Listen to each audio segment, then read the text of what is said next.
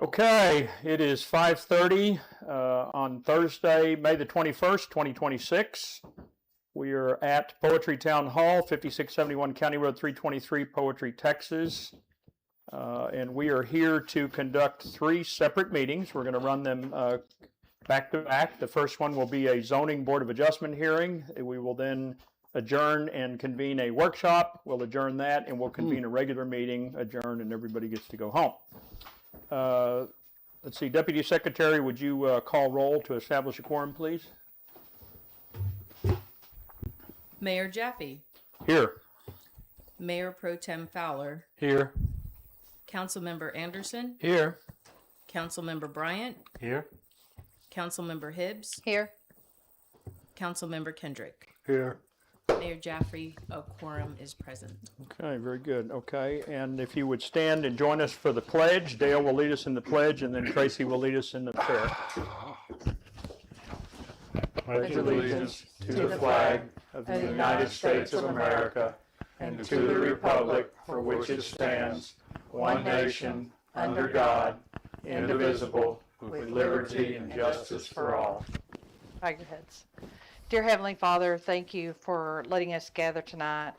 Let everything that we do tonight be your will, and just help us to continue to serve the community in the best that we can. It's in these things I pray in Jesus Christ's name. Amen. Amen.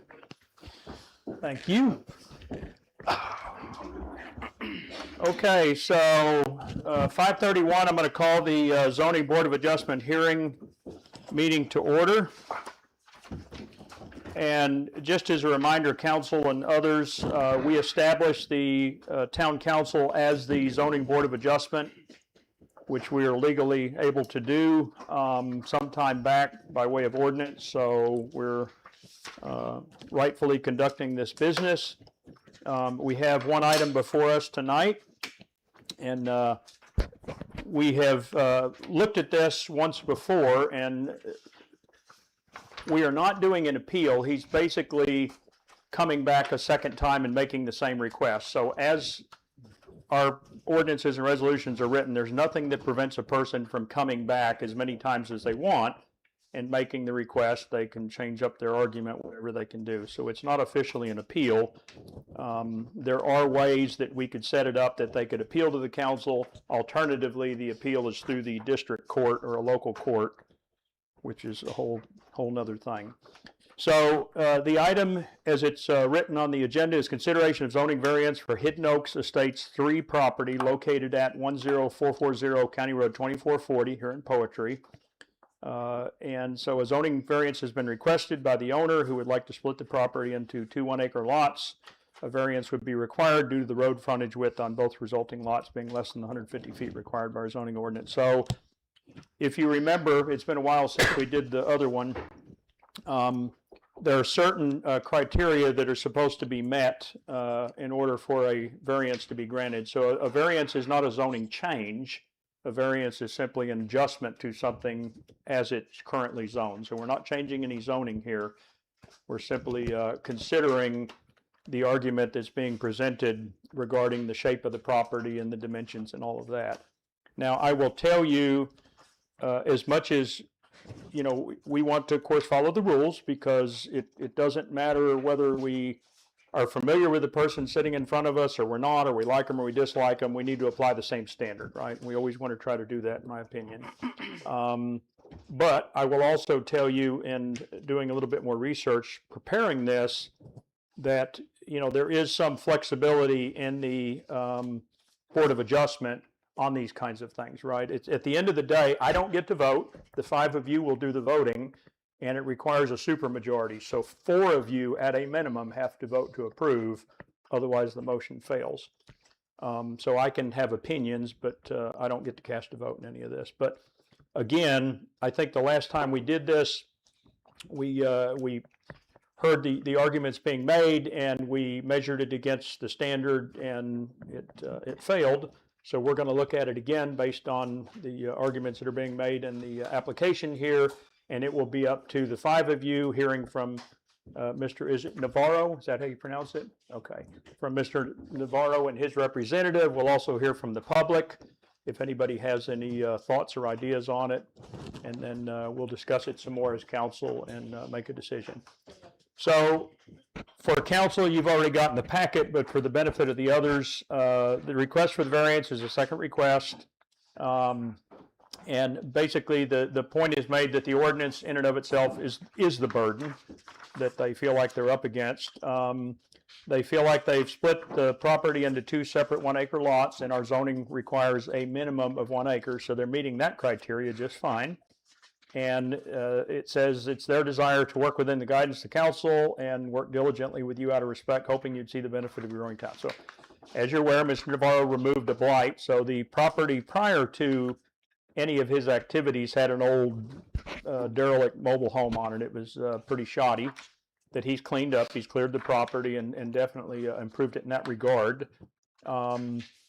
He says, furthermore, we feel our request is not out of line with the town's interest. Mr. Navarro bought the property under the agreed recorded deed restrictions that at the time did not indicate any impediment. So remember, we've got the difference between deed restrictions and zoning, right? So the town doesn't enforce deed restrictions. We only enforce zoning. The deed restrictions are between the property owner and whoever would complain about the deed restriction, if there were an HOA or a neighbor or somebody that had the ability. So we're not interested in the deed restrictions for our part. They did not indicate any impediment from subdividing. May also be aware the deed restrictions run with the title should be grandfathered in. This is his words, not mine. We're not requesting a zoning change, but merely asking that a fair and impartial decision be made to meet our proposed improvements. Now we have a picture, and I'll throw it up on the screen here. Okay, so this is the neighborhood, Estates 3. This is the property that we're talking about right here. So there's a county road that runs down one side, and there's a county road that runs the other side, and it's this 2 acre piece. This is a picture that they provided us that shows that lot isolated and how the lot is platted to show the 2 1 acres. So again, some of this may be familiar because we've discussed it before. So anyway, Mike, just to be clear, it's 2440 on one side? Yes. that's correct. And 2452 on the other. I'm sorry? 2452 on the other. 2452. Yeah, it currently has an address on the 2440 side. It does not have any addresses on 2452, although it would be eligible for an address on that road if you wanted. But right now, we're referring to it by the 2440 when it was a single piece, because that's how it first came to us. So anyway, let me, so the order of events, let's have just a real quick discussion with council, and then we'll invite our representatives of the property up to speak, and then we'll allow anyone in the chamber, anybody here in the room that wants to speak, and then we'll bring it back to council for further discussion. So let's kind of set the table here, council, on any questions, concerns, thoughts, ideas, and that might also help them respond when they get up here in a couple of minutes.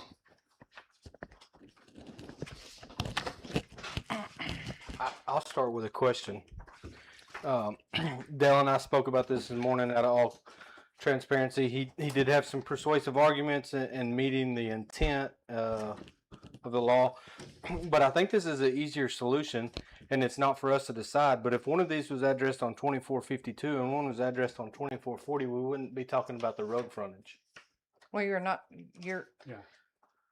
That I- front was initially denied, or the arguments against it because they couldn't meet the requirements for the front. yeah, I agree Front with width. that, but I Right. still don't think you can take an acre lot and meet the requirements of our Yeah, ordinance. you still can't. on it. You If can't. put Well, both I've of them done facing it. the other, they still can't. When you do the setbacks and all that, you Well, can't. setbacks come on the structures. They need 300 feet. Yeah. Of frontage to make 2 lots. Yeah. 150. I'm changing the frontage. I'm saying if you bought a 1 acre lot on County Road 2452, being the upper portion, Mhm. and addressed 23A off of 2440, you One had address here, one address. you would have to change your line a little bit to widen 23B, but you could do that and still maintain 1 acre lots on both sides. But then Yeah, he you're would be right, but- non-conforming with his deeds. Yeah, but, Well, we're not concerned about the deeds. No. They're but- stricter than our ordinance. I understand that. But They we don't have, they enforce have them. the burden to meet both of them. Right. Okay, right. all right, but you're right, but then you start getting into the setbacks on the backside when you do that to that one lot. Okay, so let's look at them. It's, Setbacks on the side yards are 5 feet. Yeah, 10 feet on their deed. Okay. When we're talking about an improvement, we're not talking about the actual property itself. We're talking about adding an improvement to once the property. improvements there, Right. right, Okay. So yard the- setback minimum, Side yard width on the deed is 10, ours is 5. Minimum rear yard is 5 on ours, 10 on theirs. Minimum front yard is 60, ours is 75. so it becomes a question of, they would look at, we don't manage, impose, enforce deed restrictions, but their deed restrictions, see, they have a 60-foot setback where we basically have a 50. We have a 5-foot setback. I have a 60 where on the front. Well, if you're on 2440, you got 60, 2452, you have a 50-foot. So it's 25 on one side, 30 on the other. But from the property line, the deed restrictions require a 60-foot setback.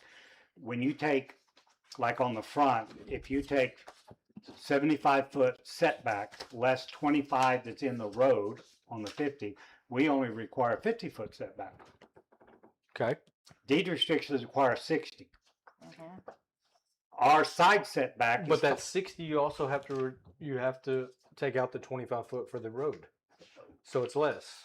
no, Ours no, is you don't. more. Theirs is from the deed restrictions are from the Feet, property 60 line, feet not from the center of front the road. line. And their property line doesn't go to the center line of the road? No, you can see it right there. You can see the road. It's not a scribed right away. So if they can adhere to the deed restrictions of having a 60-foot right of way, okay, they're going to have a 10-foot side setback, which is more restrictive than our zoning, which is only 5 feet. Smart. And you're right, in our back side, but I guess, in theory, I guess you would have to look at the site plan and look at but you could potentially do what you said. You'd have to move that line, but I'm afraid Well, when you move that line, We can. I spoke out of yeah, the lot depth minimum is Yeah. 200 feet. yeah. But they could shove the house back, yes, you're right. So that's the problem of trying to do it. Now, the address is immaterial, because once they decide what to do, then they just go get their 911 Right. addresses. It's immaterial, but it's important too, because But if that- they're arguing for one side or the other for their frontage, Both, yeah. then that no, will be the where their driveway has to be. 1552 is their frontage, 2452. 2452. And then on the house, because on the lot to the right, which is 23A. A, Okay, yeah. they put a little more land in that one because they front, you'll have a side, you're on a corner lot. And they wanted to give a little more room on that lot because you have 2 sets of road instructions. However, the deed restrictions and the zoning ordinance, the problem with our zoning ordinance, we have no setback on corner lots in the zoning ordinance. So we're silent. Yeah. And the deed restrictions are silent for that side setback. Right. And that is something, the zoning committee is looking at, because we feel like that's something we need to correct. But for now, for this case, they could put it 5 feet from 2440, but they're not. You know what? I'd like to say this. This gentleman has come to us doing the right thing, just like some other people should as well. I mean, I commend him. I appreciate that he's come back to us a second time. And if you look at the local government code 209-211-0093, it says authorize in specific cases a variance from the terms of the zoning ordinance if the variance is not contrary to the public interest and due to special conditions. A literal enforcement of the ordinance would result in unnecessary hardship, and so that the spirit of the ordinance is observed and substantial justice is done. And it's clear that our zoning ordinance does create a hardship for him. Just, I excuse have- me, Teresa, just I to have be taken- clear, so everybody can see. So this is 2452 and this is 2440. And so this is the one that has 149.48 Yeah. frontage, Mhm. and this has 113. Mhm. So what Terry was saying is, this one basically meets it. It's 1 acre with rounded up to the 150 feet, which is what we say. This one at 113, if you came in from this side, it's got, No, that's a field though. That's not a Yeah, it road. won't work. They got to come in from the road. Yeah. Yeah, right Yeah. there.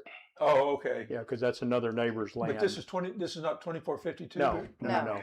That ends, 2452 Oh, runs okay. this way, Okay, perpendicular. 2452 and Yeah, 2440. it's a corner lot. yeah. Yeah, okay. Okay, so right now, that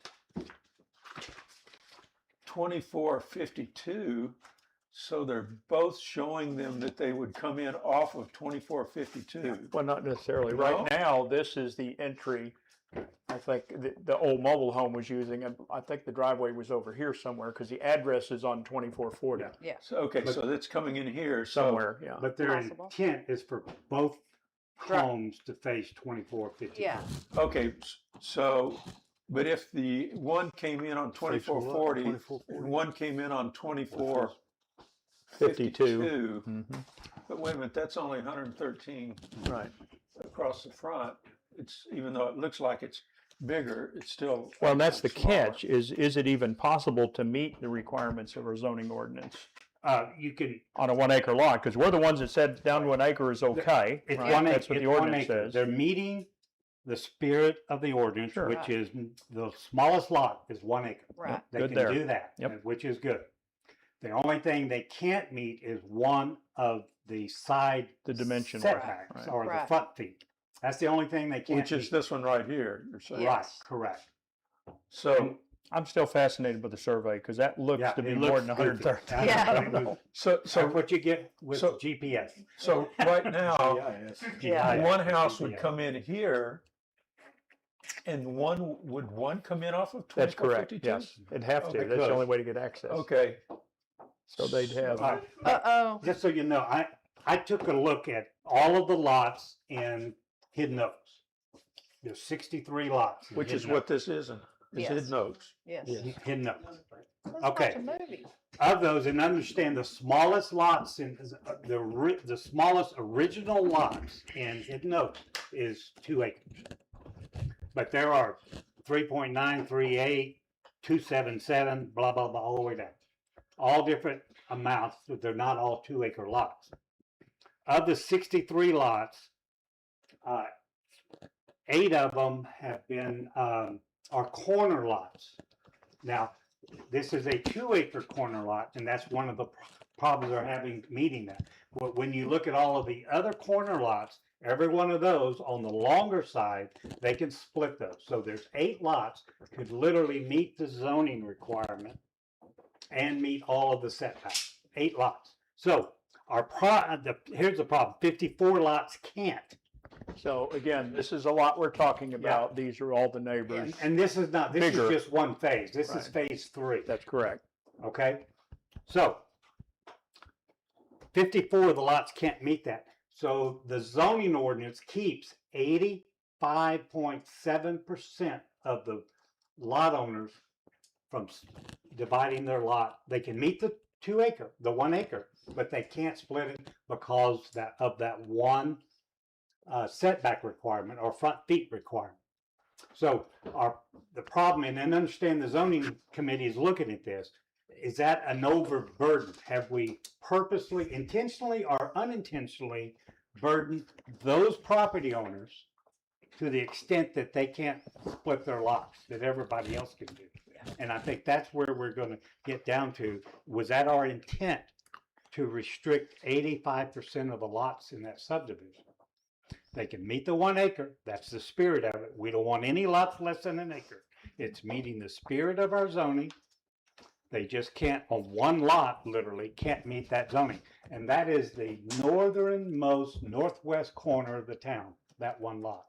When you go beyond that, you're basically in the Bishop Field. Yeah. What's gonna happen. Now, when you look at our attorney, and I'll read you a couple of his quotes, among other things, a Board of Adjustment hearing and decides variances in zoning regulations based on unnecessary hardship. We all agree. Which must be associated with some condition of the real estate.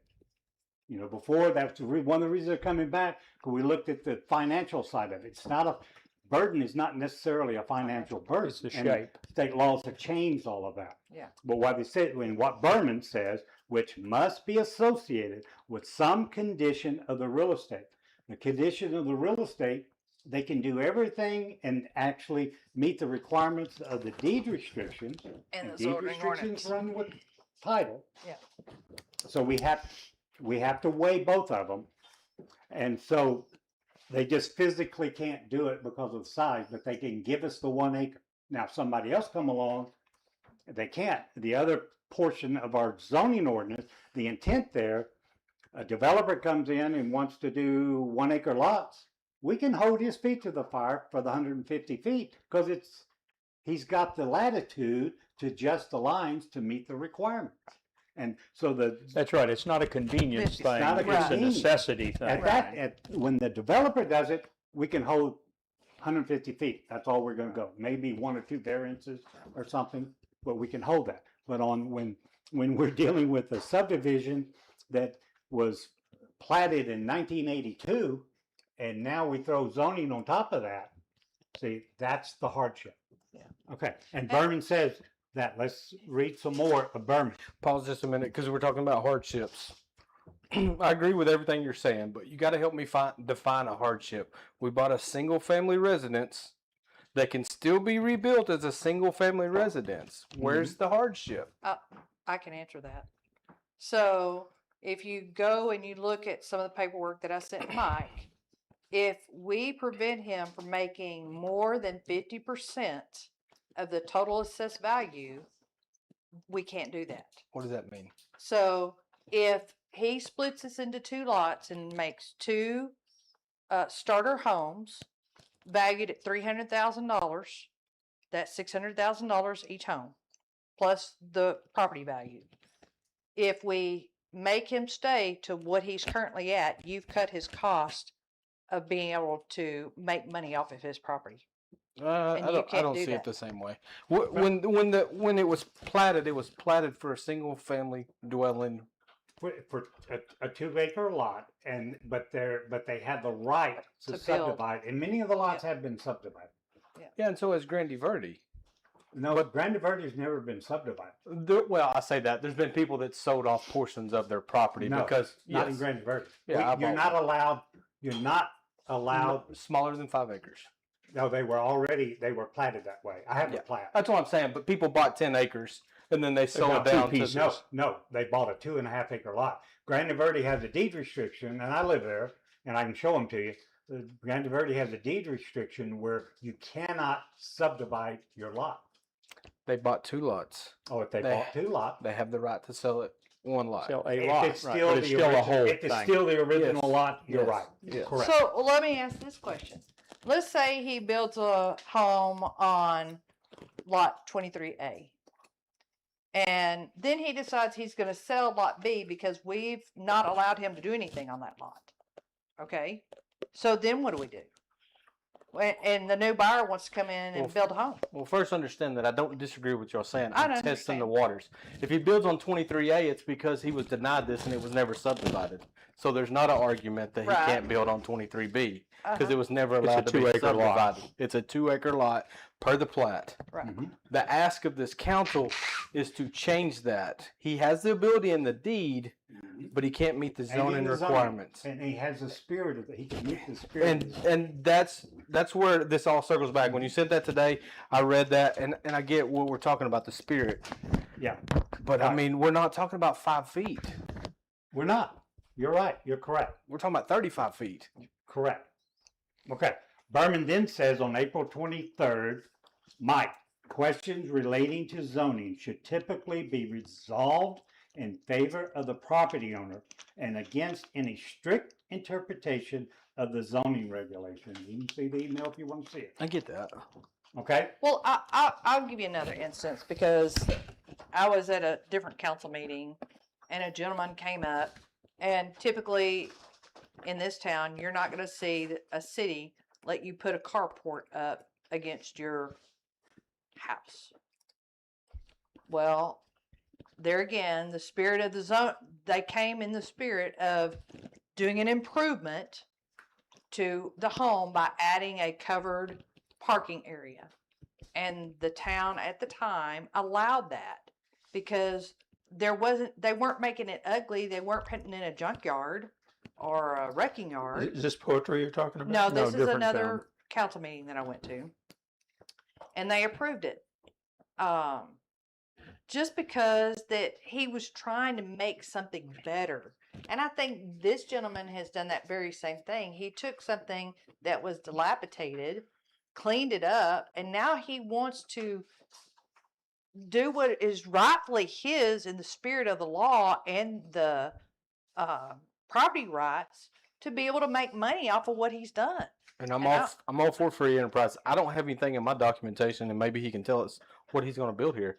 Yeah. This could be Now, we've seen Two- the site. We've seen the site plan. It's this too could high. be 2 dilapidated structures he wants to drag in here. Well, that's and true. nobody's addressed that. But We'll let them they're decide. allowed Well, to they bring can. Well, they're and allowed that's- to bring I- mobile homes in that I area. think to that very point, Terry, I think that's the cautionary tale in all of this is when you're granting a variance, I mean, we're going to be very specific if we grant one as to what the exceptions are allowed, right? It's setbacks or whatever the variance is going to be on, because we have no recourse if he puts 2 junk mobile homes on it, because we're done. We can't. But the so- thing is, we can't That even can be a go. We condition can't of the even. approval. Well, we can't do that either No. because we don't have building standards in the Right. town.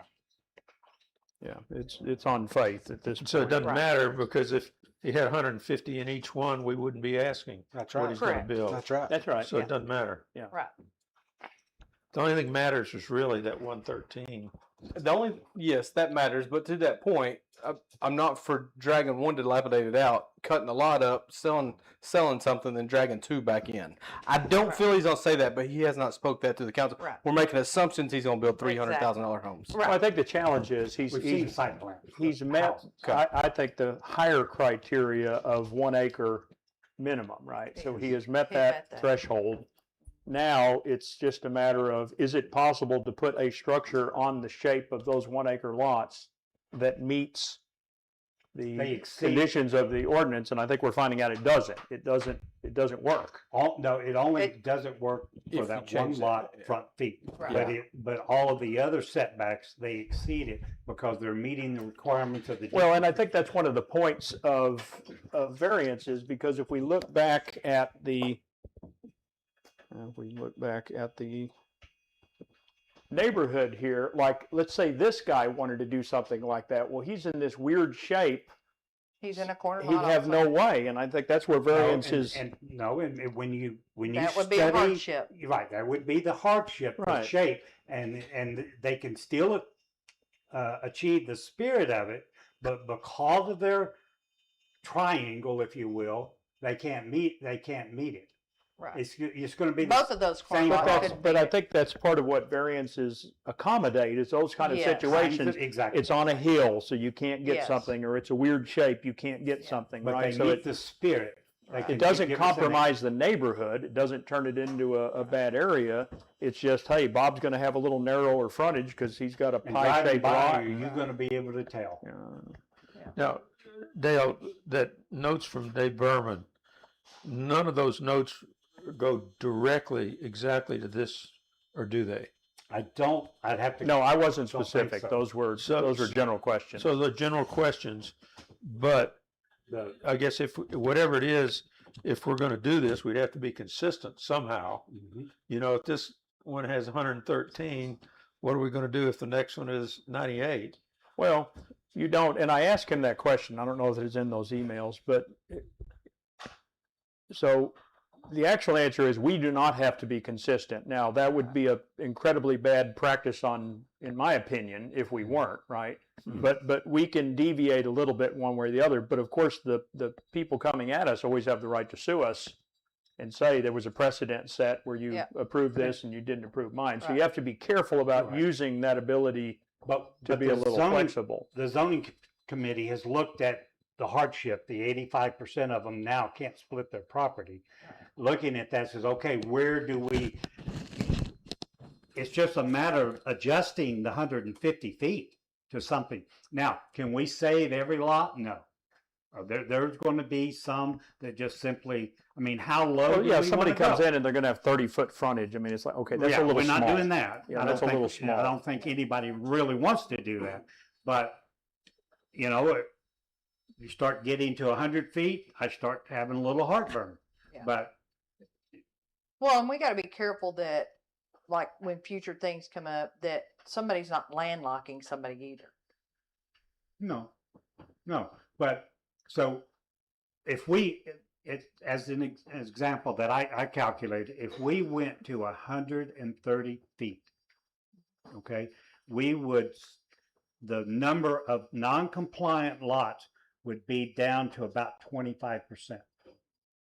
So, And 130 foot is standard. so we allow, I mean, yeah, maybe 120, maybe you go to 120. I don't know. The committee is going to make a recommendation to the council. Ultimately, the council is going to make that decision. But all we're going to say to you is that by reducing that front feet, more people will have that control and use of their property. The same thing, the 200 feet for SFE and ag, same thing. I have 10 acres of ag. I could not put 2.5 acre lots on the front of my property on the road frontage. And you probably couldn't either on any of yours. Well, large property owners could, obviously, I could. but 10 acres and I can't do 200 feet. We're going to have the same problem with the SFE and with the ag. And again, what the council's going to have to do is where do we want to that's- land? You know, and that's what I kind of looked at. I looked at my property, and if you're going down my driveway, the property on the left-hand side wouldn't meet the 150-foot requirement. Okay, so then they would be landlocked. I would be landlocked back where I'm at because they would have to use my driveway as an access. Then you have to create a cross-access agreement. And I mean, you just get, Well, that's we're what he just could, muddying the that's water. what he could do on that property right there, is put an access Right. drive. Hmm? They could have access, or easement driveway on But the, on then the side of the you end up property. in a situation like you're Quandary. in, a private road that neither Right. one can take care of. Right. Well, there's a lot of things that we're talking about, and one of the things is that, you know, we're in a debacle of what we've got now as a town, trying to get the word out of what's right, what's wrong, what you can, what you can't do. I'm glad to see us at least have a structure, a board of adjustments, you know, especially at this time, because we do have a multitude of, well, this is this way and this is that way, because that's the way it was before it was incorporated as a city.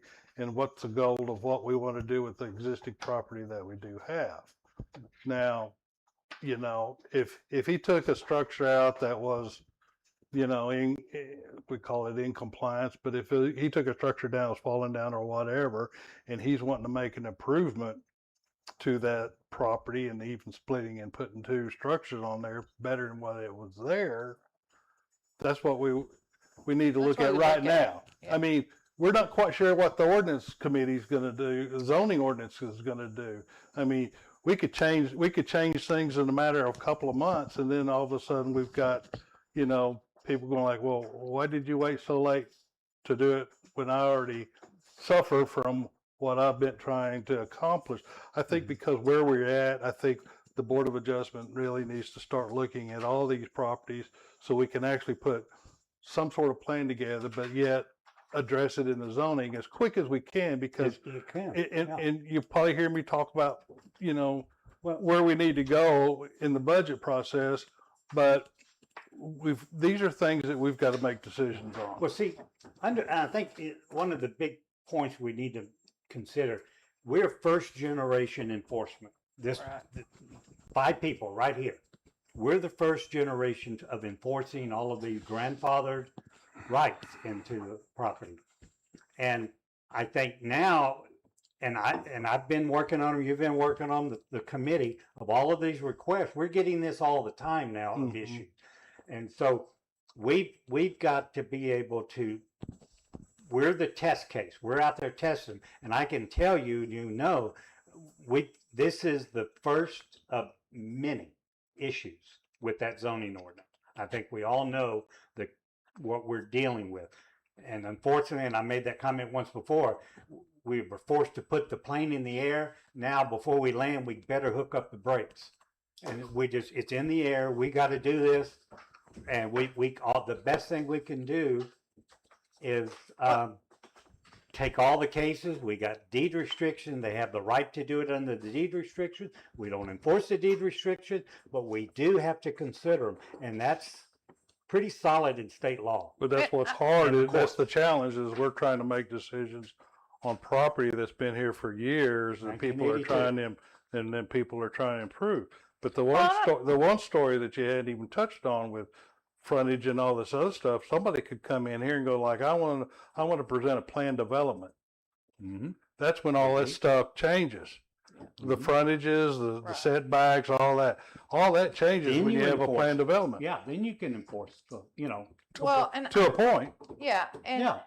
you know, I think the Board of Adjustments, I think people are afraid to come to the board, and I see homes being built in this area that never even gave the council or the Board of Adjustments. Well, The theoretically, consideration. they're in defiance of the ordinance, but Exactly. some Right. of them don't even know that until we start True. reaching out to them and True. saying, hey, that land split you did, that's not okay. You need And to. understand, this plat has never been recorded. That's a preliminary plat subject to our approval. Right. He's Yeah. platted it, he's shown a site plan, and he came to us. Yeah. Nobody else has done that. Well, but It's just- again, to be clear, this is what we're comparing this to, because this is Correct. what's law in the town right now, Correct. right? That's Whatever unfortunate. future version of this comes out is future. This is, the standard. This is kind of the ruler we're holding against. Let's, Well, and I think too, just for a learning thing for all of us, that if we go through this again in the future,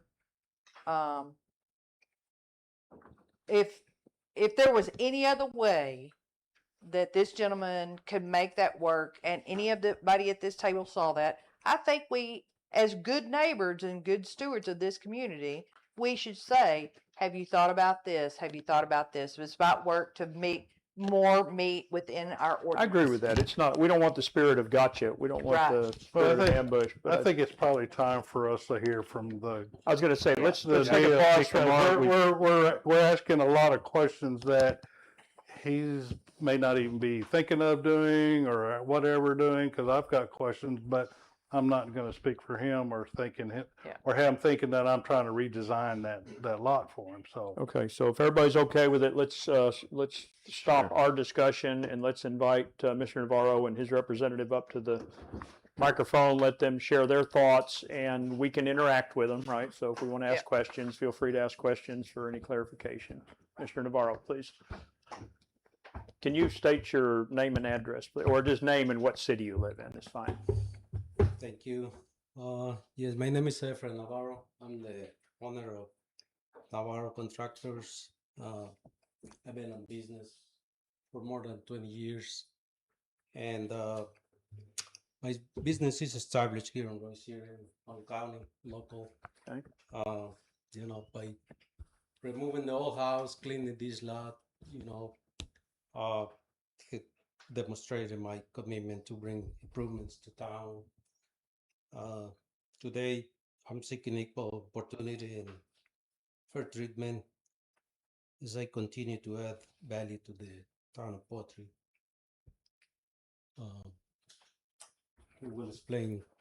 Yeah, Okay, thank you. request better. thank you, sir. Fair enough. Thanks, sir. My name's Adrian Assange. Y'all might remember me from the last time we were here, which was back in October, Mhm. a good while back. I didn't realize that much time had lapsed. And Adrian, you're from Fate? I actually live in Fayette, yes. Okay. But I'm a real estate agent, been helping Mr. Navarro with properties Yep. for about over the years. Fair enough. So in our previous argument, we did incorrectly focus too much on the financial burden, which was not really the real reason we were seeking variance, and that was in the fact that there was a physical burden, being imposed. So I feel like you guys have done so much arguing about it so far that I don't really have much to say about it other than, we're back here to basically come back and plead one more time that we have this variance so that we can move forward. And I know that some of you brought up a valid point. You don't know what the site plan looks like. I thought we had emailed the site You plan. did. You did. You did. Okay, And they so- have it. They have the two houses drawn on there. No, but there was actually a house. House- plan. There should have been a house I plan thought I somewhere. had one. Yeah, this is it. Isn't that it? there Yeah, that's you it. go. That shows the floor plans to You have- scale. Okay. It's this one. Anyway, yeah, so the plan is not to drag two more mobile homes off the lot. The plan is Yeah, to you can actually just use build that one. a couple of houses. I'm sorry, I didn't catch that last part. So we would be looking to build houses, or Mr. Navarro would be looking to build houses Yeah. on the individual lots. So, Not just put more mobile homes. so I estimated these houses to be about 1,500 square feet. Is that correct? Somewhere around 2,000. 2,000. Yeah, that's Okay. closer to All right. 2,000. Yeah, the scale is not accurate. Yeah. So, Okay. because we added those after it was done. Now, will they be single story or two story? Single. Single. Okay. And like I said, I know you guys have other meetings to attend and y'all did so much work already in what you talked about here, but if there's any other questions we can ask for you, we're here to do that. It's our desire to go forward and work with the council rather than around the council. We appreciate We, that. we really want to be good stewards of what we're going to do in the town in the event we get other opportunities as well. So, Yeah, and please, Good. please don't feel a burden to us. You're not. This is, No. it is unfortunate that this is our first time or times through this, right? You're kind of the You're the test guinea case, Yeah, they're just. tragically. Yeah. And we're trying to figure it out. And I think when we passed our zoning ordinance years ago, it was kind of theoretical. I mean, it was not tried and true because we hadn't applied it yet, right? So the last couple of years, and mostly this year, we've been applying it over and over. And I think to Dale's point, what Tom and I and him working together on these are finding is, first off, nobody is coming and asking us ahead of time. We catch them Right. when they ask for an address and it comes to me and I have to approve the address and You're I'm like, like, "Where's wait this?" a minute, why do you need an address? Oh, because we sold off some land, and it's like, okay. Now Yeah, we but need the to biggest talk. challenge, we This don't, is we an don't want easy to, one, though. but we don't want to catch Small. them when they're pouring concrete either, you Well, know? and I appreciate very much the spirit of what Mr. Yeah. Navarro and Adrian are trying to do. I think let's work together, and I think to Dale's point on some of the messaging from our attorney, it's like we don't want to play gotcha. We want to try to, but we have to realize when we start adjusting from whatever the definition is, that can be kind of an endless journey if you're not careful, because how narrow is too narrow, or how, odd is too odd. I think, Well, I've never seen a variance denied before other than the one we did, and I voted to deny it last time, but I've talked to other cities and councils, and it's a rarity that they would deny a variance. well, and remember, as we grow and mature, Mhm. if we live that long, individuals. this board is going to consist of citizens Right, not just council. We made it council just because we needed to get it started quickly, Right. right? And that was a legal option we have. But in the future, it's going to be citizens. Right. And quite honestly, I would venture to say those citizens are going to make the decision as much on emotion and belief as they are on, legal definitions, because they're going to be like, listen, I think this carport's going to make the house fine. It's not going to destroy the neighborhood. So, so here we're all kind of, it's a quasi court, but it's made up of officials of the town. In the future, it's only going to have a couple of officials and the rest are going to be citizens. Right. And eventually, we're experiencing the grandfather questions. Yeah. That's what we're doing, Yeah. and that's what we're going to, because we're the first generation committee to do that. But over time, the whole grandfather question is going to kind of go away. Yeah. Through time. It may take 5 years before it does, but it will eventually kind of settle out. Because then, one, the citizen will become aware that we have a zoning ordinance, and through growth and everything else. So eventually it'll settle out. But this is what you go through when you're first generation enforcement. And I just want to say on behalf of the council, we appreciate your patience with us. This has been a learning curve for all of us. And I know much more now than I did when you first came Yes. to us. Thank you. Thank you. I as well. So one other comment I want to make, and I told Dale this, is, we all swore to uphold federal, state, and local laws. The ordinance is a local law. But you shared it, but Dale had shared it too, the section of Texas Local Government Code 211.009. I think we have to take that into consideration, and it speaks of the spirit of the ordinance. I mean, yeah, he's missing by 35 feet, but is the spirit of the ordinance being met? And I think he is meeting that. So I wanted to have all these conversations without kind of throwing my opinion out there earlier, but that's what's going to make us a better board of adjustments to Right. look at this at every angle. But I think we are meeting. He is meeting the spirit of the ordinance. So I think I can appreciate that. him and other people that are trying to do the same in this community, he's definitely trying to improve, Yeah. that neighborhood is what's there as well. And I'm kind of following dovetailing with Terry. I mean, if we try to deny people that are trying to make it better, in the lines of, what we're saying by laws and ordinances. But again, I got some pushback on the first go round of this because they said, people were emailing me, 1 acre is too small. It's in our ordinance. That's off the table. He's Right. meeting, 1 acre is what our ordinance says, so he's meeting that. So that's not even up for discussion. Mike, is there some more citizens to speak? Well, any more questions for Adrian before we let him sit down? Okay. Thank you, Adrian. Thank I'm you. sorry I'd call you by your last name, but I don't even want to try to pronounce it. I'll mess it up. Okay. We don't have anybody else that signed up, but I'm happy to open the floor. Does anybody else want to make any comments from the gallery? You keep talking about improvement. You have to define improvement. You want to pop up and tell us who you are and get to talking? Chad West, I live in Poetry, but you keep talking about improvement, but you have no definition of improvement. And nobody's posted on this that there's anything happening on this property, that there's been any request for a variance. So the question goes back, because I don't have a dog in this hunt, is the neighbor. Does the neighbor even know that they're looking to split this property? If the neighbor that's owning that may view the fact that it's being split into 2 single-acre lots is not an improvement. They live in an area where most of the lots in this area are larger 2-acre lots. Thank you, Chad.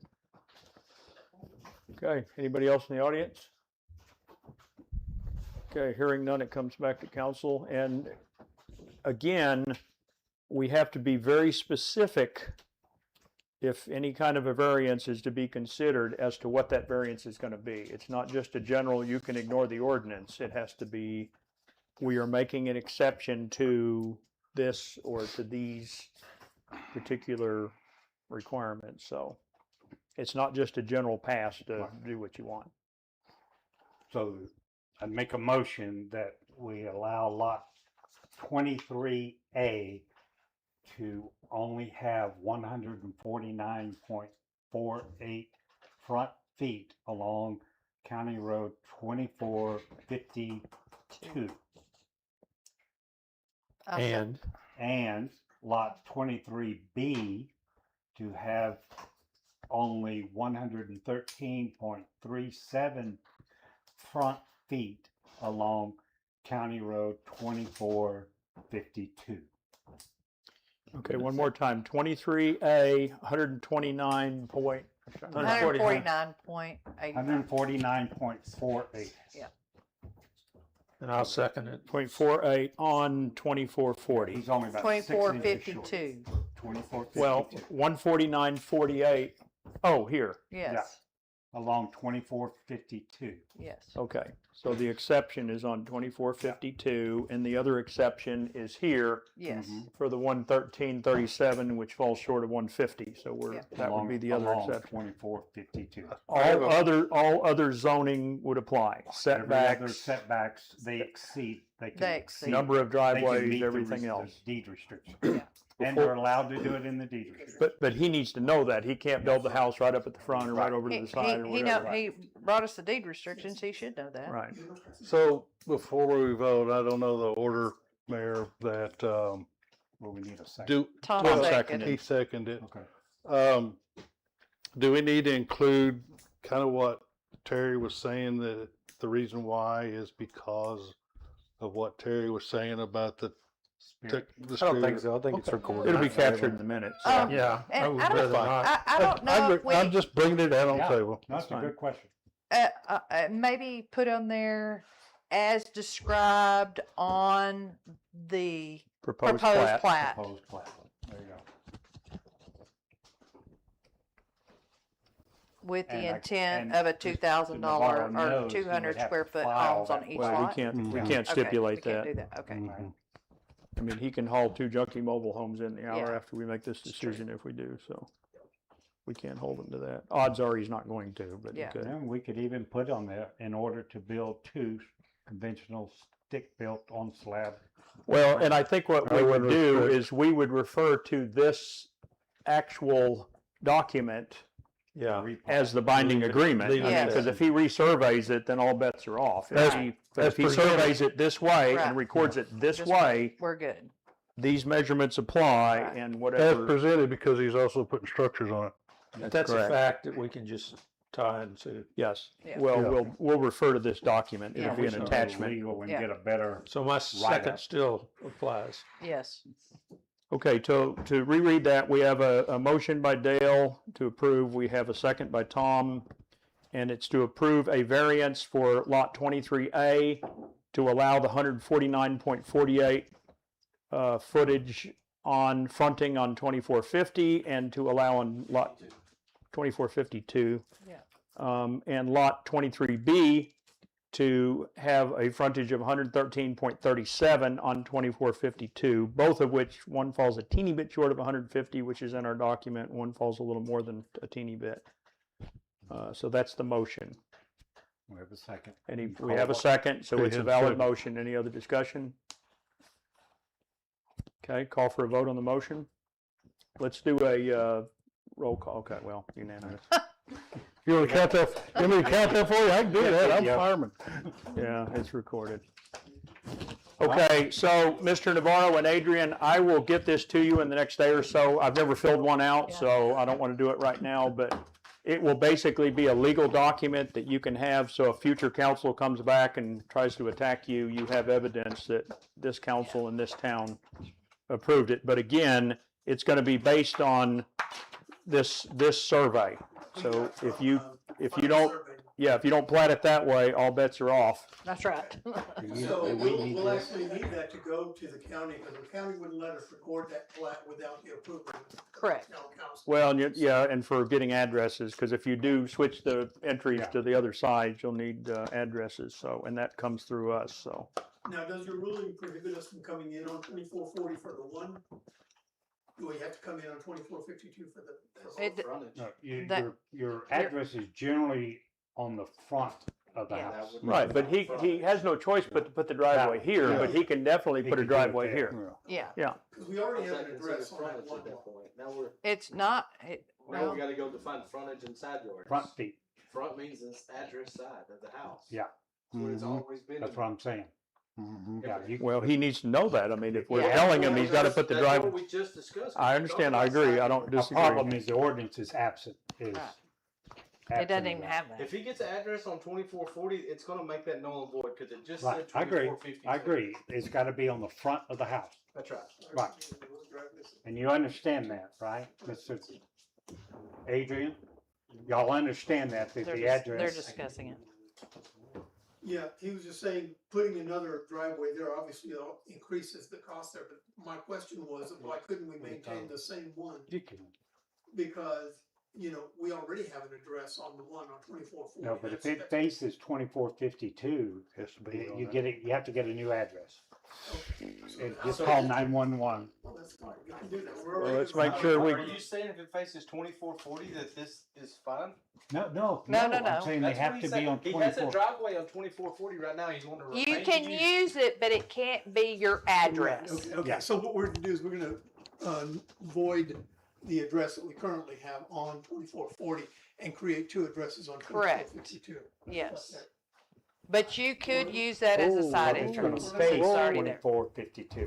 well, yeah, because if he's going this way, the depth is way That's short. right. That's right. It's no longer a frontage. Okay. Frontage is, we just clarified with that side. Right. Yeah. Right, Right. right. I But agree. since he has I an agree. existing, He can't have two culverts. Okay, so council, before we adjourn this session, Okay. so we are very clear, we just required him to have, the fronts of these lots have to be on 2452, period. It's an existing code. yeah, That's a whole nother question. We just voted to say that that was the front of the property because that's what we were. Right, and that's what we're Right. saying, that's the Right. front, Right. 2452. So the houses have to face that direction, is that what you're saying, Mr. I Fowler? don't know that the house. No. I don't think the house You has to can face set the that way, house that's just any where way the you want. address and driveway needs Yeah. to be. What we're approving is that site plan. Yeah, I just don't want him to have to come back. If we got an issue, let's deal with it now. yeah. I'm just saying that that's. So he already has a culvert and a drive Yes. facing 2440.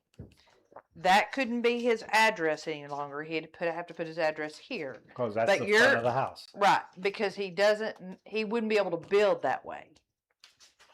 But Does that make what sense? I think what you're saying is, if he wanted a side driveway, he couldn't put another driveway in the front, No. He will have to put a driveway in the front. okay? And then just abandon the driveway on 2440. I mean, he didn't have to Or abandon it. secondary. It's already there. It's existing, so he doesn't have to abandon it. But to have a postal address, we just said that his frontage has to be on 2452. Because this doesn't meet the depth requirement, which, it's Right. way off, 300 Yeah. and something feet, so it's way off from that. That's a whole different variance. 200 on SS. Yeah. Yeah.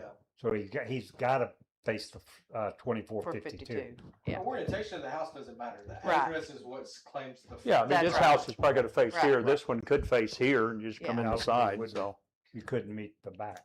We don't have to require him to abandon a drive that's already there.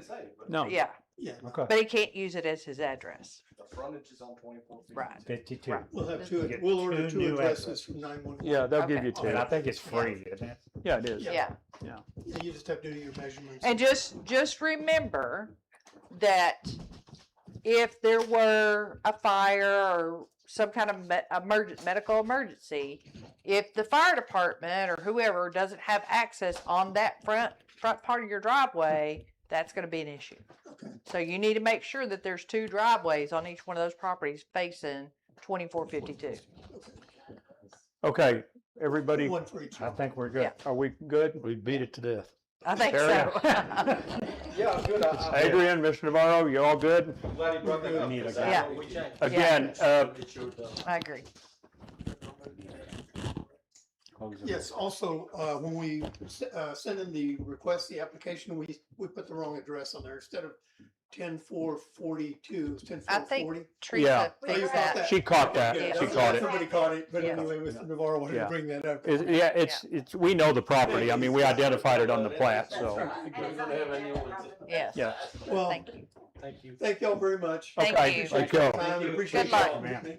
waiting on us to come Yeah. back with the. Absolutely, with the thank you for your right verbiage. patience. We appreciate it. Okay, it's Thank you. 6:29, we're gonna adjourn the Board of Adjustment meeting. Okay, thank you guys, appreciate you, Adrian. Okay, does anybody need a short break, or we wanna keep moving? We're going to a workshop.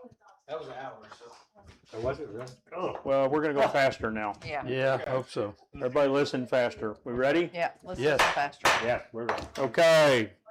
In the same minute, we're gonna start the workshop agenda. So, we have two items on the workshop. We have a budget discussion, and then, Mayor is gonna preach for a minute on the second one, and I know you guys will wanna join the sermon, because it's a good one. Right. We're gonna have to sing. No singing. Okay, so, Tracy and Doug have encouraged us from last year. We want to, be further along on this budget thing before the deadline. So I think they're making great progress. So I'm going to let Doug and Tracy lead the conversation here on what they've got so far in the budget for next fiscal year, which starts October 1 of this year. That's not. Well, to kind of introduce us into it, what we worked on was expenditures of basically in general operations, and then of course our capital, which is our escrow and our roads. We've actually got breakdowns of what we actually requested for increases, but it's not our judgment. This is why we wanted to bring it to the council, because when you do budgets like this is time for you guys to go like, no, I'd rather us spend money somewhere else somehow or whatever. We are two blocked on our budget, obviously, as everybody will know, on sales and use tax and our franchise fees. So general budget is quite challenging for us because of the operational issues that we have to do, maintaining, town hall processes, salaries and wages. So we've all done our figuring and everything, and with that, I'll kind of lead into with Tracy kind of going over where we're at now. She's also done some projections for where we could be, and then there's obviously some other decisions we'd like to put before the council to see what y'all's pulse is on some future action. So Okay, so if you'll look at page 1, so we're currently estimating that we will have Page one of this. Yes, yeah, $150,366.81 from the prior year.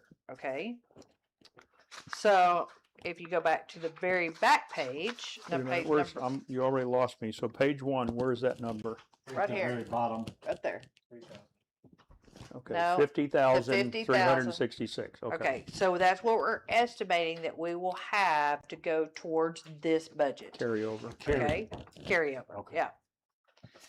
All right, and then you're gonna have, if you go down to where it says 4450 encumbered road fund, Mm-hmm. we'll carry that over. Okay, so I'm just saying this so you understand how we get those numbers. So whatever is left, if Where- you have this Sorry, sheet, Tracy, where's it said the road fund is? first page, 4450. Use Oh, this okay. number. I think it helps. Yeah, use our account number. Yeah. Our account, yeah, 4450. okay. So it Just does make a difference. yeah, just to kind of give you an idea, this sheet, if you get this in every month, this is very important because it explains to you how much money we have in our road fund balance and how much we have in general funds, which gives us a total of our bank balance. All right, so what Doug and I did with Teresa and Mike's help is we went through here and we kind of averaged out how much money we would get. So the first page is income. We averaged out how much money we would get for income from franchise fees, trash service, and sales and use tax. Okay. Any questions so far? Okay. And then under donations, we have the TDA grant, the 750 grand. So it's listed on there. All right. And I did check with the grant administrator we selected the other day, and that money will come across our books. Yeah. I know. So they give us money, we pay money. They Right. give us money, we pay money. So it comes through our accounting system. Because I was thinking maybe they just cut checks to the vendors, but they don't. oh, before I go back to this next page. So I just want y'all to understand too. So franchise fees like FEC, we get 2 checks a year, a little over $18,000. Okay. Encore, we get quarterly checks. And here's the kicker. So like FEC, they're June through December. We don't get until January. Encore, they all fall, well, like November, September through November, we get December. So they're usually pretty good. The only one that fell back this year a little bit was Blackjack. That was probably just the transition piece for them. So they were a little late in paying us on one thing. But does that take it to a different budget year, you're It does. saying? No, we're still Okay, good. so it's It's within the just same their budget budget year. year is different than ours. So their quarters or their biannually are different than ours. October to September. Yeah. Okay. So after we have deducted all the stuff out of the general fund, So what is our total income for next year we're predicting? Is it the 1.1 million? the 1,132,000? yes, but that includes the The grant. grant. With the grant. Yes. Yeah. Okay. Wow, makes us look wealthy. It does, but when you get down to it, we're not. Saying we don't get to keep any of So it. just so you guys know this, which nobody's ever said this, and I just found it out today. So the state asked the comptroller, had asked Teresa for some numbers. So what all did we make? How much money did we actually bring in last year with our expenses? Correct. That was $217,829. When you look at running a town, and that's general and road fund, right, Teresa? That excludes any encumbered funds Funds. or any excess year funds. That's just the money, and that's per the audit. Yes. Yes. 217,000 was our income. Right. So that's a number, that is a number we've never ever been given before. And I was grateful that we have that because it kind of really, you got to take a step back and you think, and you look at this sheet here and you're like, wow, I only have 87,895 cents to spend in general funds. And you look at a very lean budget, that's not a lot of money. Okay. Moving on. I know y'all don't want to hear all that. All right. So, a couple of things that need to increase. Well, just one thing. So 5840 on page 3 under legal other. So just to kind of explain that to you, legal other would be like copies and stuff like that. So if you look at this year's budget, we're at $486 and our budget was $500. So we might want to think about increasing that. Go ahead, Teresa. Also unbudgeted items, like if you talk to a lawyer about annexing or you speak to him about anything that you don't specifically have listed on the budget, that comes out of other, so. Okay. Okay. So the road fund is the road fund. It comes from sales and tax use. That is what that fund is for. It's not for anything else. All right. So on the last page, page 5. So this was a question I need to ask you, Teresa. 6575, the TDA grant. So what we have decided is we were going to pay the $18,750 in next year's budget, and then Teresa has made a journal entry for the following year for the other $18,750 to come out of the next year's budget. So y'all know that we're paying that. And that comes out of the road fund. Yes. So that was what I was going to ask you, Teresa. That 6575 number, is that attached to our road funds? I didn't see it when we were doing our deal, or where it might have, well, I attached to. believe we made the determination that that is part of road fund. that Okay, I couldn't remember. 18,750, and then the additional next year that could, because it is for roads. Right. Because that is the engineering services, right? Yeah, Roads. I just want to Yes, I make, believe- Yes, I believe And I can go in here and look, but yes. Okay, so that you're good with the 6575. Yes, and that's only for that. On the prior page is where you actually have the $750,000 in and out. Right. So it's, That is an expenditure that can be paid with your sales tax Yes. revenue. Okay. so it for is streets. somewhat added to what line item for the road? Yes. An additional- We can come out of either side of the budget is what I'm hearing, Right. because it is roads. Yeah. That's what, yeah, just what I want, because after all that we did, and I got to thinking about, I called Tracy, I said, hey, where did that money go? Yeah. Yeah. Where did it show that we're taking it out of? So, Right. And there's one other line item I want to explain to y'all. Y'all probably didn't have the question, but I had the question. Let's see. Where is it? It was a road fund item.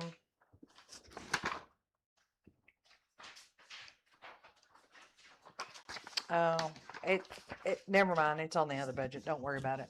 Teresa explained it to me. So where are we, bottom line, where are we on income versus projected expenditures? Are we, okay, we're off a little. 15,000 in the hole. yeah. Okay, So How much in the whole? 15,000. on a $1.1 million budget. Of course, that's 750, that's the grant, right? The excess use of the roads will adjust Yes.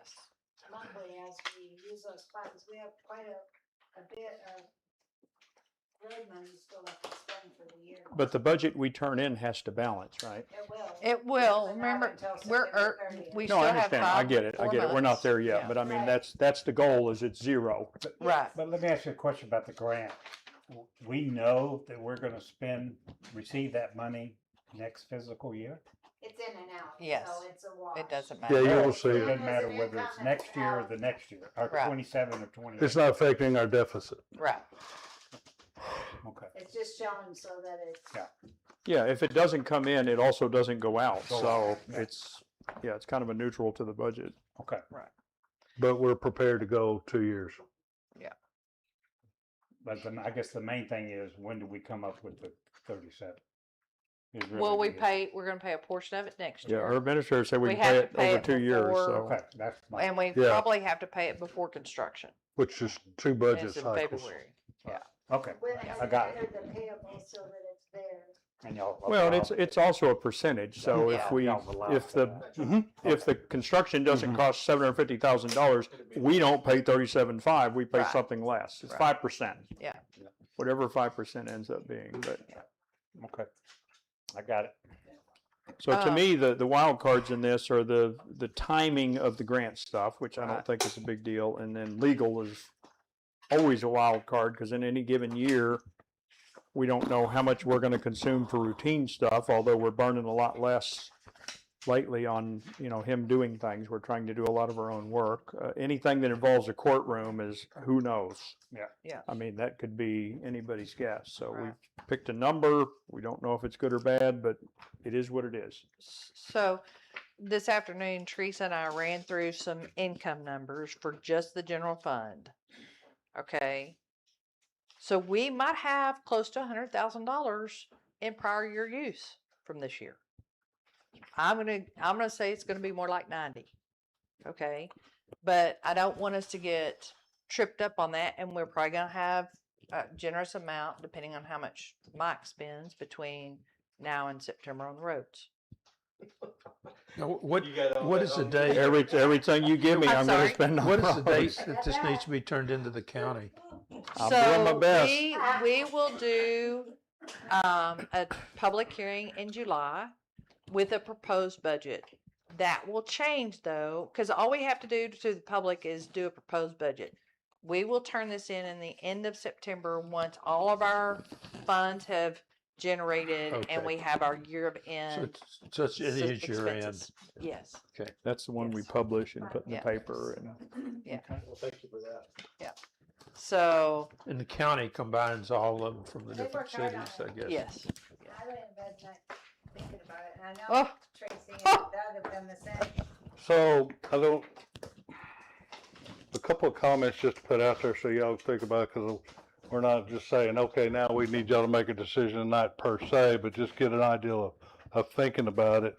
Because one of the things that, it's already been said, $15,000, we're in the hole, basically in general fund. We're 2 blocked about, our franchise fees and sales and tax going to the roads.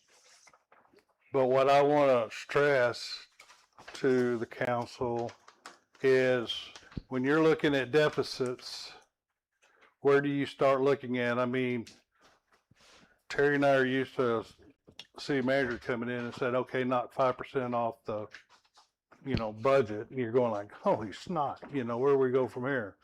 So what I want to put on the table is that we still got 30,000 in engineering sitting there, whatever that amount was on 30,000 35.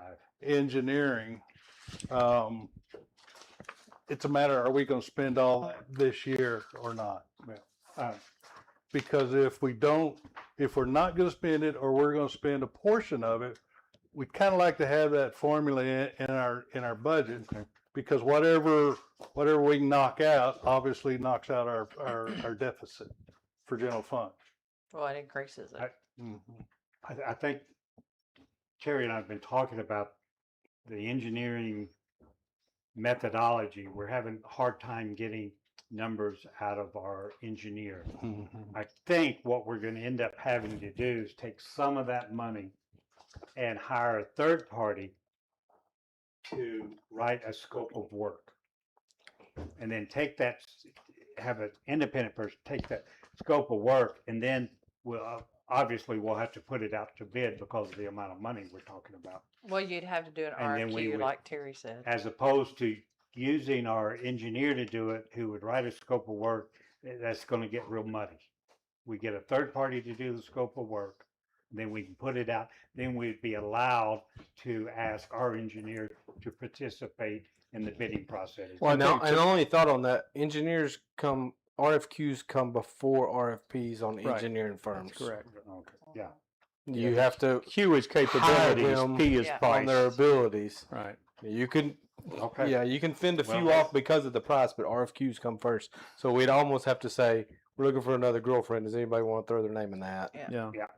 Or, Yeah, I mean, exactly. this is kind of my feel on this. We're so far off from what the original intent of these professional services are. Let's this year. scratch it for this year or even next year. I think there's a possibility we could go to North Texas COG and apply for some type of grant.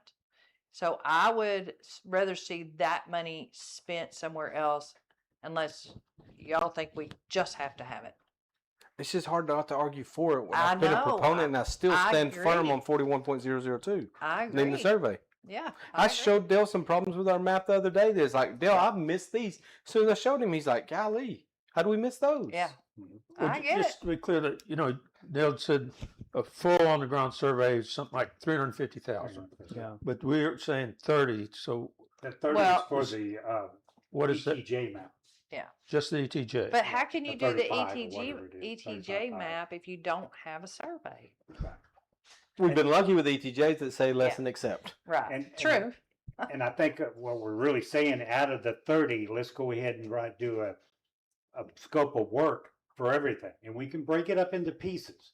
Let's use that money because a problem is when we're talking that kind of money, we can't go at it blind. Okay. We've got to have a good scope of work. You're talking about Lay the it out. 350. Yeah, but our problem is no sense changing the ETJ map if we don't have a survey. So we're kind of having to go back Yeah, after it. I think which comes more first. look at that money we set aside for the ETJ map, and let's do a scope of work for all of the survey. So the ETJ removal All was only maps and 10,000. surveys. The ETJ was only $10,000. No, 30. Was it? it's 35,000. No. 35. Engineering survey 17,966, ETJ removal Email, 10,000. 35.5. It was 35,000. 37, 37.9. 37. That's for both counties, all ETJ? That's the email that Dale and I got. Okay. Because we were astonished that that was so expensive Yeah. in our menu that Oh, they gave I, us. re- Yeah, I, it was- I it do was a remember shock what that you're it came in talking that about. Yeah, high. but we budgeted $37,966 for professional services. But just a question, the ETJ map, that's not an on-the-ground survey, or is it? Well, if we have a survey, yes, in a sense, it would be real close to. Well, it the on 30,000, is Right. that for, But the ETJ is just a map, not a survey. But Okay. if we have a survey, Okay. that map will be far more accurate. But we have the surveys of every parcel that was taken out, right? We do. So isn't it just a matter of No, interpreting no, those all we surveys? said, all we said was, this tract of property, this tract of land, less than accept that portion that's in the town. Well, that's right. We don't know where the line don't- is, but we know the boundaries of the So property. We just couldn't don't put- know no, where we the, couldn't put a legal description because we didn't have a survey of the land, got it. of the town. Okay. So all we could say is less than accept. That's why they were such an easy deal, actually, if you think about it.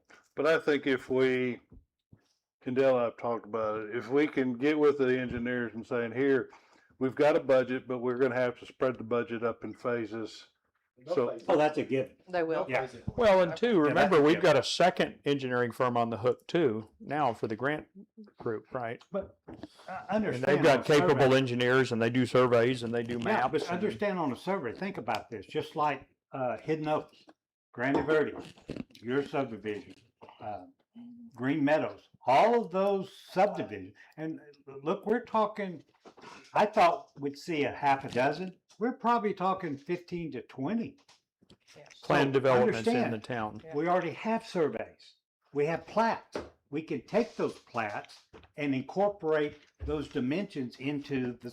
Yeah, we just the don't know big where the survey. town line is. So It's- there's a lot, those would be, in my opinion, let's take all of the platted subdivisions and have an engineering firm take those. And that's gonna be an easy step, and that would be a piece of the pie that we could probably handle.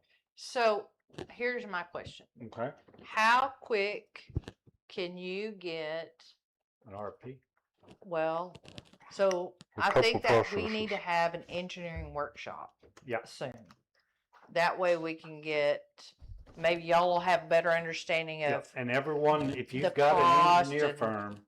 that- how we can scope it we can out, because approach. I really, if we're So gonna use, workshop on, can I just call it like map/survey or something, or what do we, does that work for y'all? because that covers. Well, and that both. would just allow me to show you the few more mistakes that I recently Yeah. found. Okay, that Terry, would be, now, do we want to have that part and parcel to one of these meetings on a third Thursday, or do you guys want to come in on a? I have no Doesn't matter preference. to me.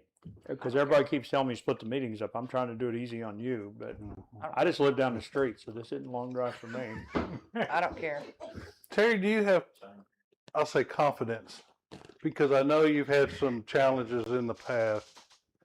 But would it be something that we could bring one of those guys into our meeting and talk about it, just to keep them, okay? I'm just, No, 'cause they- I'm they just still don't asking care. because I'm, We've got to take control of it and write the RFP. I- Well, but agree. again, back Everybody to the else. point I just made a minute ago, I wouldn't hesitate to call Tyler Creamer, Yeah, he would. who is probably- our engineer, and just pick his brain. Just say, if you guys ever run into this That kind would of be a a good, problem, that would be a good choice. can you give really. us, I mean, he's a this is the guy on the expert grant- witness. the engineer on the grant you're talking. That's Yeah. correct. And they're free right now. I mean, they're not gonna do the survey, but we can pick They their could pop- brains. Right. well, they could be And they could touching prob- some we of could that on the probably- road they'd probably project. write too. our RFP. Well, I don't know. Or scope of I'm work. just telling you, we got All another right. friendly resource we could, we Yeah. can leverage, so. So I'm Let's gonna, use the engineering pre-meeting, whatever we're calling them, to decide what we really want. Okay, so I'm gonna put on the Yes. June meeting a workshop in front of that to discuss map survey engineering. We'll get whatever. to work. and, Okay, and so that'll be so next month. just so y'all know, I need hard numbers That's what we're in going Ju- to by do. by July, before we Okay. come to July's would meeting. go- If June, let's everybody do that. agrees, I will call the engineering firm out of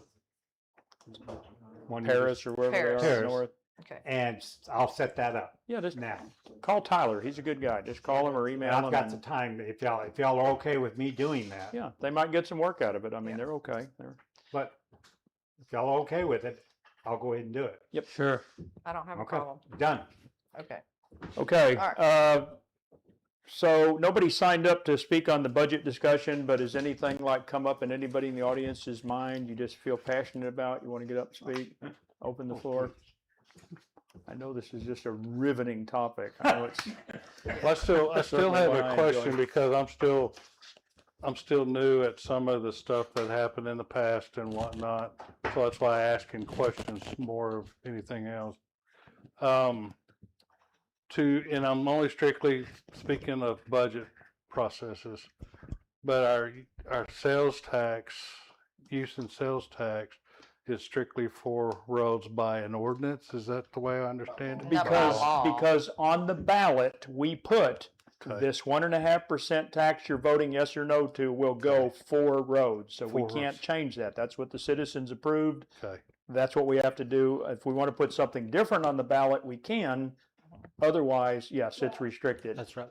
Yeah, but it required the full 1.5%, the type of sales tax that we voted in, remember, we couldn't change the percentage. Right. No, that's right. Well, because the total is 8.5. Hey, Yeah. yeah. So we first voted on 2 and then realized we Right. overran in one of the One counties. county. But So we could had to go and back. now just say, well, 0.75, it's all for the same. But that brings up a question that someone had mentioned before in passing.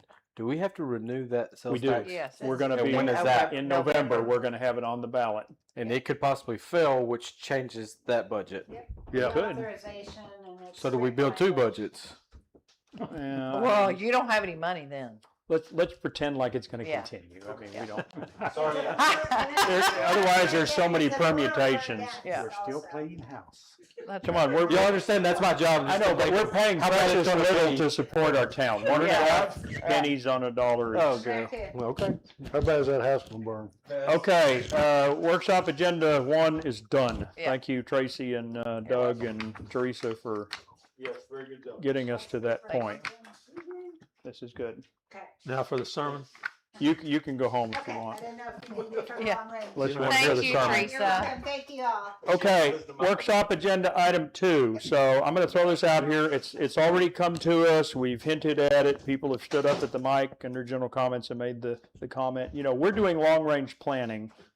And Doug and I, in fact, what was it, just last night, we're over in Rockwall or the night before at the Transportation Consortium. We're trying to keep track of the outer loop because we want to make sure it doesn't end up in poetry. But they let us listen in on everything else. And the comment was made at the meeting the other night that right now, Rockwall has somewhere around $1 billion in road work going on in Rockwall County. $1 billion. Now, mind you, they're building big fancy roads and Yeah. Interstate 30 9:30.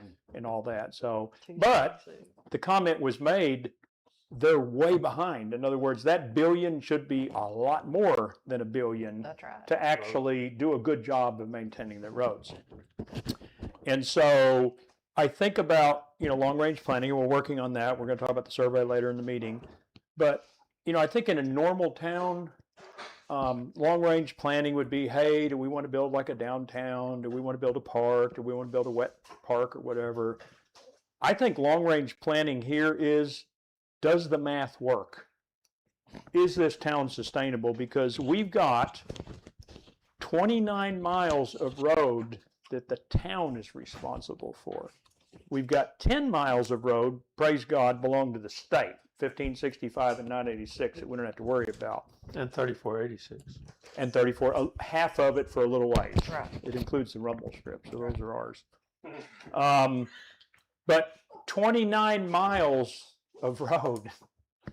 And, we're doing our best, and I'm grateful to council that, things are going as smooth, and I'm very grateful to the counties.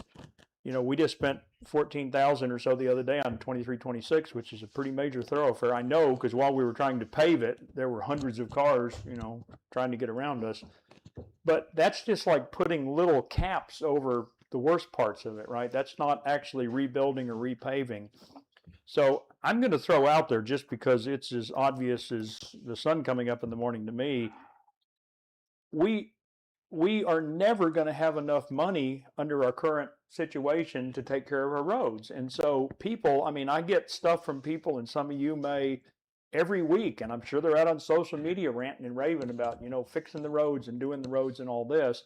And I think part of the problem is the message still has not gotten to every household in Poetry that zero of their property tax comes to this town. Right. Zero. I know we all just got our appraisals. We're looking at our, you know, property taxes for next year. None of that money comes back to this town. And I don't think the average citizen in Poetry realizes that. They think I'm writing a check for $5,000 for Well, wait a property minute, Mike, taxes. I don't agree with you. I realized it before we incorporated. We were screaming to get road work done, and we couldn't get it done. We're getting more road work done now as a town, I mean, partly because of your presence, than we were prior to incorporating. Right. So we weren't getting that money prior to incorporating. Well, we're, Well, I think that might be true on some roads, definitely not my road. yeah, I think, My it, I road think is it in worse shape depends. than I it's think ever the been. county, I think the county was In 30-something years. but and to your point, we own responsibility for those roads now, right? Those 29 miles of road are our burden. And, you know, the struggle I have is it's not just like, let's let the, you know, the roof and shingles get a little thinner. They're still, you know, not letting the water in or anything. I mean, the roads are coming apart. You know, when you drive these roads, I mean, most of us don't walk because, you know, we're in the country, we're not in the city, but if you ever get out of your car and actually walk down any little portion of our roads and look down at the roads, some of our roads are hard to walk on. I mean, they're that, you know, bumpy. Jigsaw. And, It's I mean, like- it's like a little topographical map. Yeah. You know, and so the stuff like we did the other day on 2326, we put out 125 tons of hot asphalt. That was 7 18-wheelers full. And Bart, who's the Hunt County blade operator, is just amazing. I mean, he can put that stuff out like a paving machine did it. It made a huge difference, but that was just, I don't know, 1,000 feet or so, you know, on either side. And you know, and I'm going to continue. This is the season to be doing roads, so I'm going to keep asking council for money, and we're going to do as much of that work as we can. But all those other stretches are spider cracking, the water's getting down into the pavement, you know, culverts are collapsing. I mean, Poetry Road is I don't see, gone. and of course we played around, and it's going to be on the survey about this idea of a property tax, but even a property tax doesn't generate millions of dollars. No. But what a property tax does do, it gives you a credit rating. In other words, because it becomes a source. Well- So you could take that money and leverage it. But you know, to me, the problem with bonds and debt and all that is I mean, if you Well- can't afford it right now, what makes you think you're going to be able to afford it in the future? You know, Because you're you just could- pushing that you off to leverage the. it. Well, Well, I you're don't know. pushing it off to the taxpayer, and nobody sitting at this table wants property taxes. I don't think No. the majority of the people in this town want property taxes. So we're left with what we're left with, and we're left with conditions of roads that continue to deteriorate as we sit here. And we will never, and as the years go by, the cost of doing a mile of road continues to rise. I mean, taking I mean- a little shot at the younger us 5 years ago when the town first formed. You know, we told the judge who approved the incorporation that we were capable of caring for the roads, right? And I think naively, and I was part of that group too, we believed that a pickup truck, a dump trailer, and a bunch of volunteers could keep up with it. But You can't. I mean, I'm working with big trucks and big machines and rollers, and we're falling behind. I mean, it's just not happening. Now, the grant is an interesting thing, but again, $750,000, and we're going to get a little over 2,000 feet of pavement. That's it. 2,000. That's not even a half a mile out of 29 miles. I mean, if we got $1 million a year, it would. And to me, there's like a timer on these roads. From the time they rebuild the road, you can just start the timer, and some of them will last about 20, some of them might last 25, but they disintegrate. And you know, the increase in delivery trucks, those little trucks that run up down, and I'm grateful because I love Amazon, but those guys are beating our roads up. You know, the venue around for me, it's tearing my road up.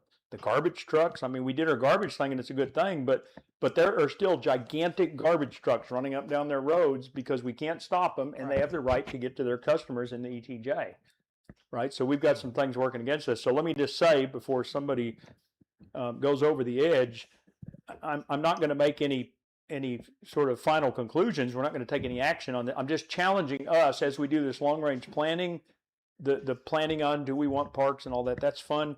I think the bigger issue is how are we going to survive as a town long term? And maybe there's an answer. I know I talked to a guy who became a friend during the last election who was the mayor of Commerce.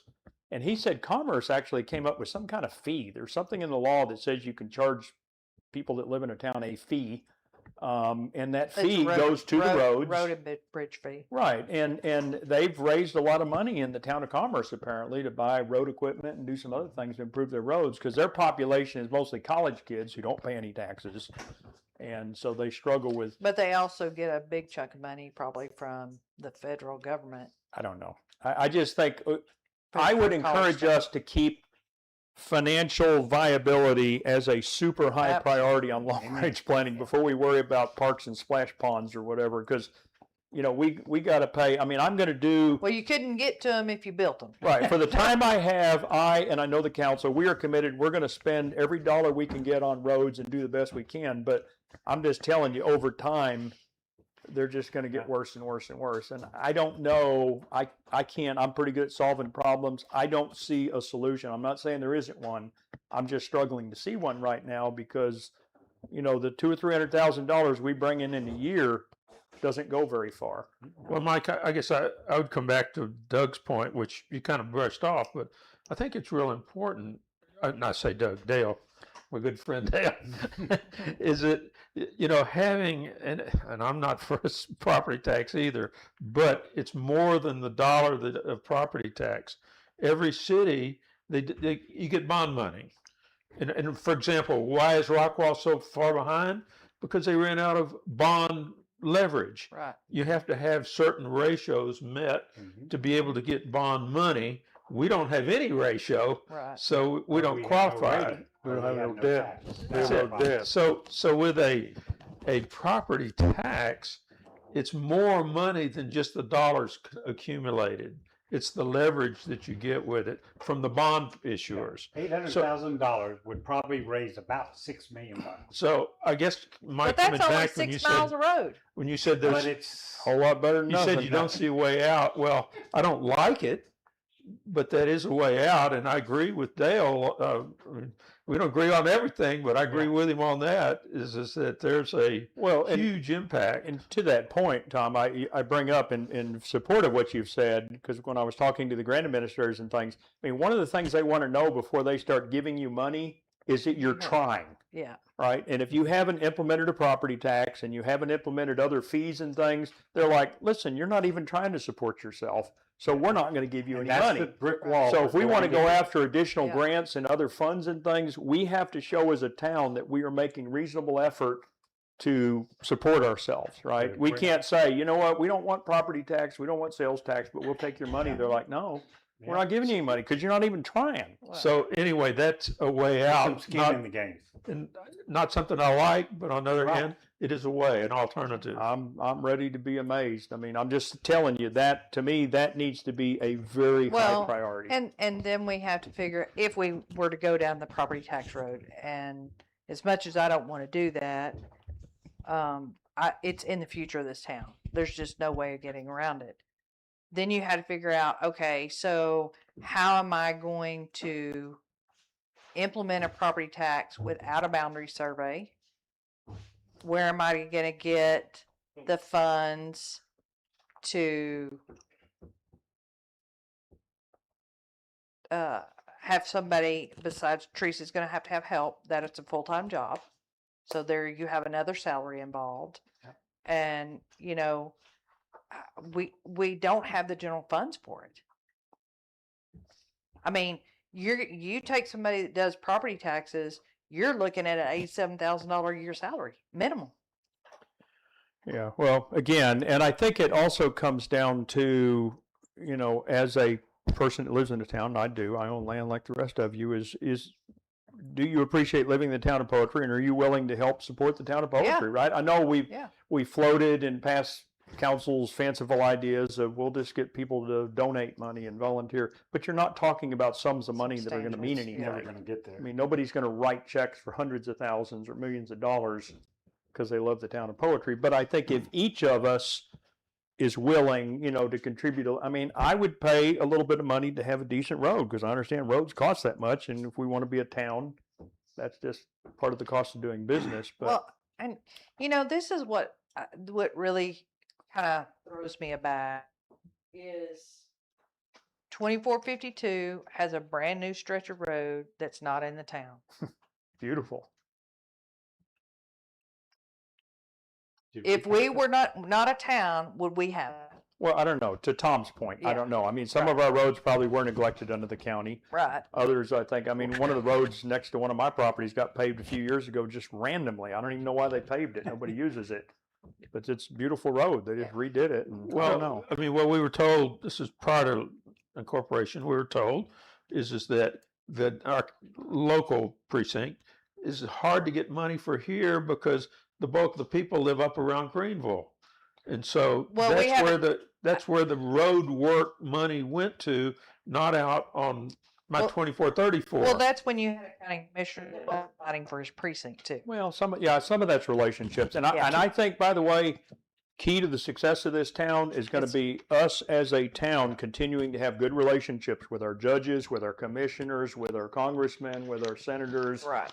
Because we need to, I mean, that's, at the end of the day, they can make lots of different decisions and a lot of them aren't going to fall in our favor. Well, I mean, But just if we're that- getting along with these people and we're supporting these people and we're encouraging, I make it a point, and I'm not drawing attention to Mike, but this morning they were out putting an under-road culvert in. Every time Kaufman or Hunt does a job in this town, I'm on site. Yeah. I mean, I make it a point to brag on them and, offer them lunch, whatever, they never accept. But just to let them know how much we appreciate them, because without them, we'd really have bad Right. roads. Well, we're not out there by ourselves on roads. Every city from Dallas to Poetry, they always have road problems. Yeah, it's, But, and not to It's always a lag. not to throw it out, but one of the things that earlier on I was working on subdivision ordinance was not for collecting money or anything else, was trying to protect our property, our roads. And one of the things that I was putting in the draft was that if somebody was going to develop, well, we'll take Bishop Phil for an example, that in the subdivision ordinance it said any kind of subdivision that will be accessing our city streets will have to improve it. Right. So when you come up and say, what can we do or what can we show people in doing, as long as we keep putting those type of efforts into some of our ordinance resolutions, policies, it's a plus, because I don't want somebody to develop something out here or retail or whatever and not have anything to be responsible for by fixing our roads for us. well, so again, since I started the conversation, this is not anything about disbanding the town. I'm not projecting doom and gloom or any of that. I'm just presenting the kind of call to arms that we need to be working. I mean, budget is good, but the numbers are still way too small to get in front of the problem, which is road maintenance. And I can tell you, the people that are moving out here recently are a lot more particular about the roads than those of us who've lived here forever and we're to use vent rims and I'll say grind them all up, and make rattly them all front rock. ends.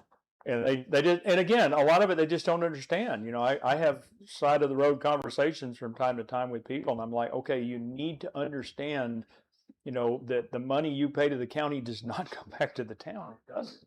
Now it does kind of, in that we have the ILAs with the two counties and with their commissioners. That helps us because we pay, but it is not like hiring an independent contractor. I mean, we're getting a much better rate. Even when they charge us for trucking and all the other stuff, it's still, our money goes a long ways, but we are not rebuilding roads. We're just patching roads. Well, but the other point of that is that 2434 is an example. The part that's outside of Poetry Is pretty that rough. people complain to me, why aren't you keeping up those roads? That's not our road. That's the county. That's not us. And the people fly down it. And it's worse. That's That crazy. part of the road is worse than our part. Interesting you say that because that's my cut through. But we can reach out to, in that case, David and say, hey, could you guys do something with your stretch? I've done that on Poetry Road. It's like, okay, so I know I end here, but you really need to keep going to Rockwall because it's bad up there too. And they will. They'll bring, so 5 trucks are for us and 3 are for them, or whatever. But I guess coming down to the point is that just because it's a county road maintained by the county doesn't mean it's going to be maintained any better than what we have. That's right. Well, and And not that we're good. well, but to both of the commissioners, defense, most of the money you pay to the county goes to the sheriff Yep, and the jail emergency services. and the school and hospital, and the piece of the pie that the road people get is really small. I mean, Yeah. they don't get a lot of money. So, they're doing what they can. But I'll tell you, that relationship is what's getting them to come over here instead of going to some Yeah. other town, and that's huge. Yeah. And I think we need to, whoever's sitting at this table or in my seat needs to be cognizant of that. We don't make demands of those people. Those are our friends, they're our That's right. partners, and they can do a lot, and they are doing a lot, and it's a big deal. So, okay, anybody in the audience encouraged by that sermon want to stand up and talk? You're welcome to. Nobody signed up, but again, no social media post about Mike is, taking the town apart. I am not. I'm just pointing out some realities that I just can't ignore. So, Mike, it's already recorded. yeah, whatever. You're on social media. Okay, it's 7:15. We're going to take a 10-minute break, and then we're going to whip through the end of Yeah, this let's because whip. the rest is Let's short. whip. You're probably already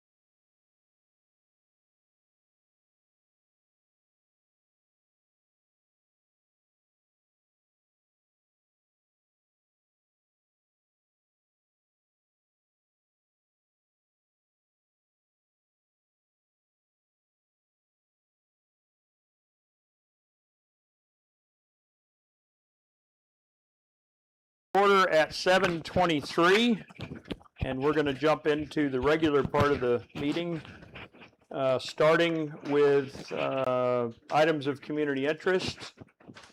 In no particular order, we've got a election ongoing. David, our video guy, voted, so good for him. Hopefully the rest of you will go and vote as well. Polling places, I figure it out. I don't know. People keep asking me where they are. I don't know. Early voting is at Washington, on Right. Washington Street in Hunt County. Hunt County, Yeah. right, and Kaufman's probably the little sub courthouse Yeah. on. Okay, anyway, but please get out and cast your vote, otherwise be quiet and don't complain. Number 2, we're accepting donations for the Town of Poetry 4th Annual Agricultural Student Scholarship. The applications for the people trying for it are due by 5 o'clock on June the 4th. See the town website for more details, poetrytexas.org.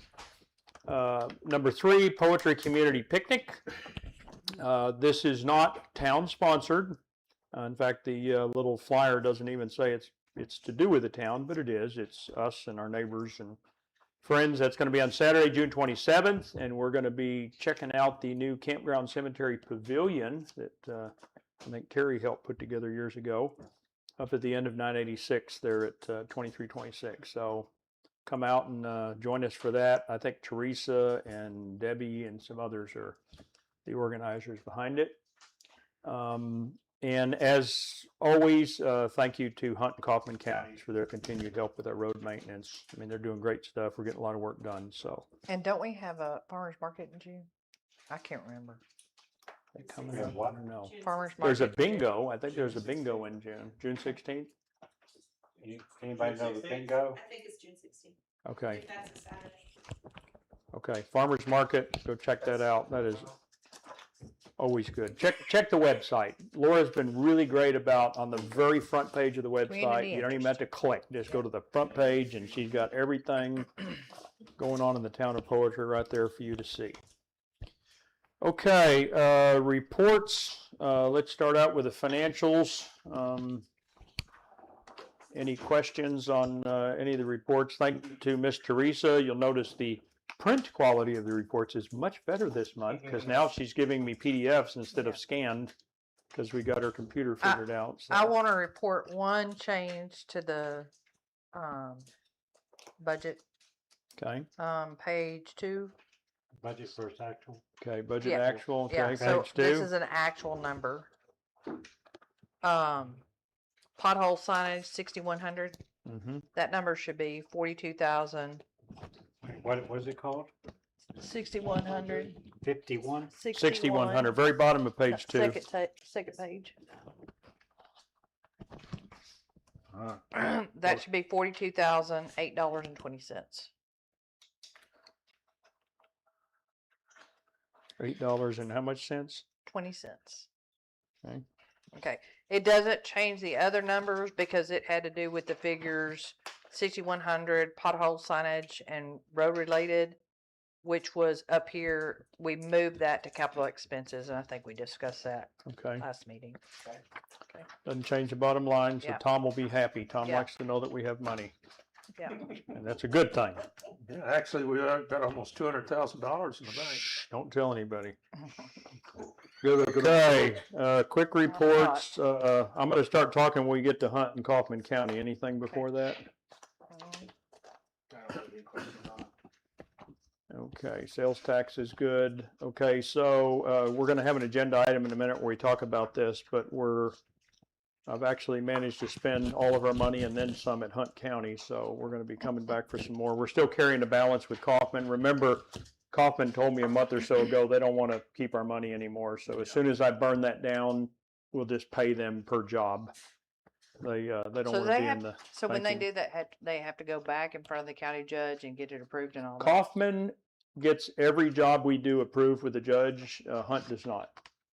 I guess the judge told him he's okay. I don't know. Okay. That could change, but right now David's. That's true. Mark's going to be the judge soon, so he may have a different. But whatever it is, we'll Yeah, we'll we'll operate work on it. according to whatever the rules are. We're not going to Yeah. make any points. Number 2, under reports, the grant. Friday, I worked with Ann and Angela, our grant administrator, and got into the TDA Go system and approved the last couple check boxes. So our application is in. We've got confirmation from them that they have it. She said the likelihood of anything going south are almost zero. She said they might come back to us for some clarification or something, but we submitted the project we all agreed on. The engineering firm submitted their information. I checked all the boxes, signed all the statements that the surveys were legal and valid and all that. So we're in the system, we're good to go. Now, the interesting thing, because we've been rushing the last few months, is it sounds like we're not going to do a whole lot between now and February next year. So good news, we're caught up. Now, she did mention something about the environmental studies starting ahead of that because they have to make sure there's no snails or snakes or fish or weird stuff. Yeah, we'll probably find some ruins or something. Flora and fauna. Yeah. That's what's. Flora and fauna. Yeah. Anyway, so Hey, you had to get we're rid kind of of in a quiet period, but I suspect between now and February, we're probably going to talk with the engineering and administrator firm about contracts and start drafting some possible contracts, but we're not paying anybody any money anytime soon. Number 3, Mystic Springs Solar Farm update. Terry has been kind of keeping up with that. He was unable to make the last meeting, but I went. Mystic Farms, I actually got a little thing here to entertain you. There. If you're interested, that's the company that's putting it in. They've changed the layout of it a little bit from the last meeting Terry and I attended. It now consumes 1,900 acres at the end of 986. No, it's just the little edge of it is in Poetry. 1,900 acres. Yes. Yeah. 200 of those acres are wetlands, so there's only going to be panels on 1,700 acres. Oh. They're going to generate 250 megawatts, and they'll have 500 megawatts of batteries on site. Now, they're gonna At the end do- of 986, after you make the curve. you go down 986, go to the right of the cemetery, and starting at that corner, Up, Tracy, right, right up, go to the right. Hold on. Go to the pink, I mean the blue. right here. 986 yeah. can't well, work. It's- come back down to that Is that- corner too. Is it here or here? It's down this road a little bit, and it's All- up. That whole corner right there. Yeah, it's that whole corner. That leg right there. Ain't going that way. It's the High Fence Deer Ranch down there. It's Walter Patton's place. I mean, some of it doesn't even connect to itself. There's some gaps between it. Anyway, the panels are going to be roughly 8 foot tall, so what you'll see will be about 8 foot. There's going to be an 8 foot chain link fence around the entire thing. 8 foot. 8 foot. We, Don't know if it's going to be electrified. Somebody said it might be electrified. I don't know. But But apparently yeah, they're it's required by law to put like Yeah. little slats in it so you can't see through it. And we've already started talking to them about on our part that faces our roads, planting cedars or something, putting some kind of Cool. trees. Do So we get it's some kind of revenue from No. it? No? nope. County No does. franchise fee? Nope. County County gets a does. good big tax from them. Yeah, they were quoting that they've got a farm about double this somewhere else that's paying like $5.5 million a year in property tax because there's no tax abatements on this thing. They don't get any Yeah. concessions from the county, so they pay full property tax. So that one will probably pay about $2.5 million would be my And guess. and they don't have to. They have to start paying immediately. They're going to start building it the first Before they get quarter revenue. 2027. So first quarter next year, they're going to start building it. It's going to take them 12 months to build it, and it'll be up and humming. Now, one of the interesting things we learned in this meeting was, because they brought their little marketing person with them, who we've got connections with now, is they are offering to local fire departments equipment, training, support, all kinds of things. So I already turned Union Valley onto them because they've got batteries yeah. that are basically chemical fire can blow. possibilities that most departments are not equipped to. Let me get Robert Coffin too, because that's actually, Coffin a County. large portion of that's gonna be Terrell's. Yeah. Service district. Anyway, so I encourage Wayne, just because they're a little upstart fire department, to, hey, go in there and get some money because they got a website. They go in and type in their stuff and they'll give them So if funds we to. went Now, property tax, we get taxed on our little semicircle? Maybe we want those circles. Is there only way to that piece of property through Poetry, or can they No, access it no, from they've got several 34? drives coming off of 34. They're working with We TxDOT. don't have Okay. a semi. And they're not gonna have any entrances. You're on the Yeah. corners of That's the- what I'm saying. Well, they're gonna have some really nice offices, because apparently the High Fence Deer Ranch that went bust has got some beautiful lodges, and those are gonna be their offices, Oh, so. wow. It's gonna be a pretty posh little place apparently. Yeah. Anyway, I know that'll start stuff on social media, you know, all the ugly things about solar farms. I challenged them a lot on, you know, what happens if you guys quit and, you know, where's the equipment go? Turns out the counties have them the company post a bond Fine. that is sufficient to clean up the site if they Performance just bond. leave town. So that's kind of encouraging. Also, the panels that they're using nowadays, I asked them what they do in the case of hail. They said they file insurance claims. I'm like, really? I thought you just turn them vertical so they didn't get hit. He said, oh, no, we just file insurance. So apparently they're not, because they're glass. I mean, they're, Yeah. but And they're they all- said that the new panels, they are requiring all these panels be made in the U.S. They're not allowed to use anything imported. And the panels nowadays, I guess, the old ones would leach out like nasty chemicals if they got broken, but they claim the new ones are safe. So I don't know. So it's better than Section 8 housing. It's better than apartments. It's not as good as cows, but I guess, you know, we've got no say in We it. just So happen to not have get any. ready for a solar farm. Roads and traffic update. I've already shared this with council. Most of you probably know we got our rumble strips installed on 3486. So if you're coming up Dollhouse good. Road towards 986, you got 2 sets of rumble strips. And they got a counter on 1565. Yep. Well, there are several counters on 1565. I've seen a couple. We did pothole work recently on Kaufman County Road 249 and 247. So that's that part of Poetry Road, some people call it. We went down and cleaned up the edge and the potholes on it. The remainder that goes into Hunt County is scheduled. It just hasn't been completed yet. We did the level up on County Road 2326 I mentioned. And we did a culvert, under road culvert swap this morning. We're doing the one on Dales Road 2464 just any day now. They're going to replace that one. So It's bad. you know, one of the things I think I've realized, at least sitting in the chair for the last year, is just how many culverts we have under the roads that have been there for 30 years or so, and they don't last forever. And the first thing you notice is either like a little hole that seems to go to nowhere, or the road just gets a dip in it, and it's because the culverts are collapsing. Yeah, they're collapsing. So as quick as we identify them, we're getting the counties to give us quotes and get those replaced, because that could potentially shut down a road or cause a liability for the town. So anyway, I feel like we're doing pretty good on road work, taking advantage of the warm weather. I already talked about the Rockwall Consortium, the outer loop, which could potentially come as close as Poetry Road to drain North Texas into Mexico. They are not in favor of any of the routes that come even close to Hunt County. So they really want it to stay that way. But we're staying tuned into that discussion just to make sure we know what's going on. So they desperately want a route.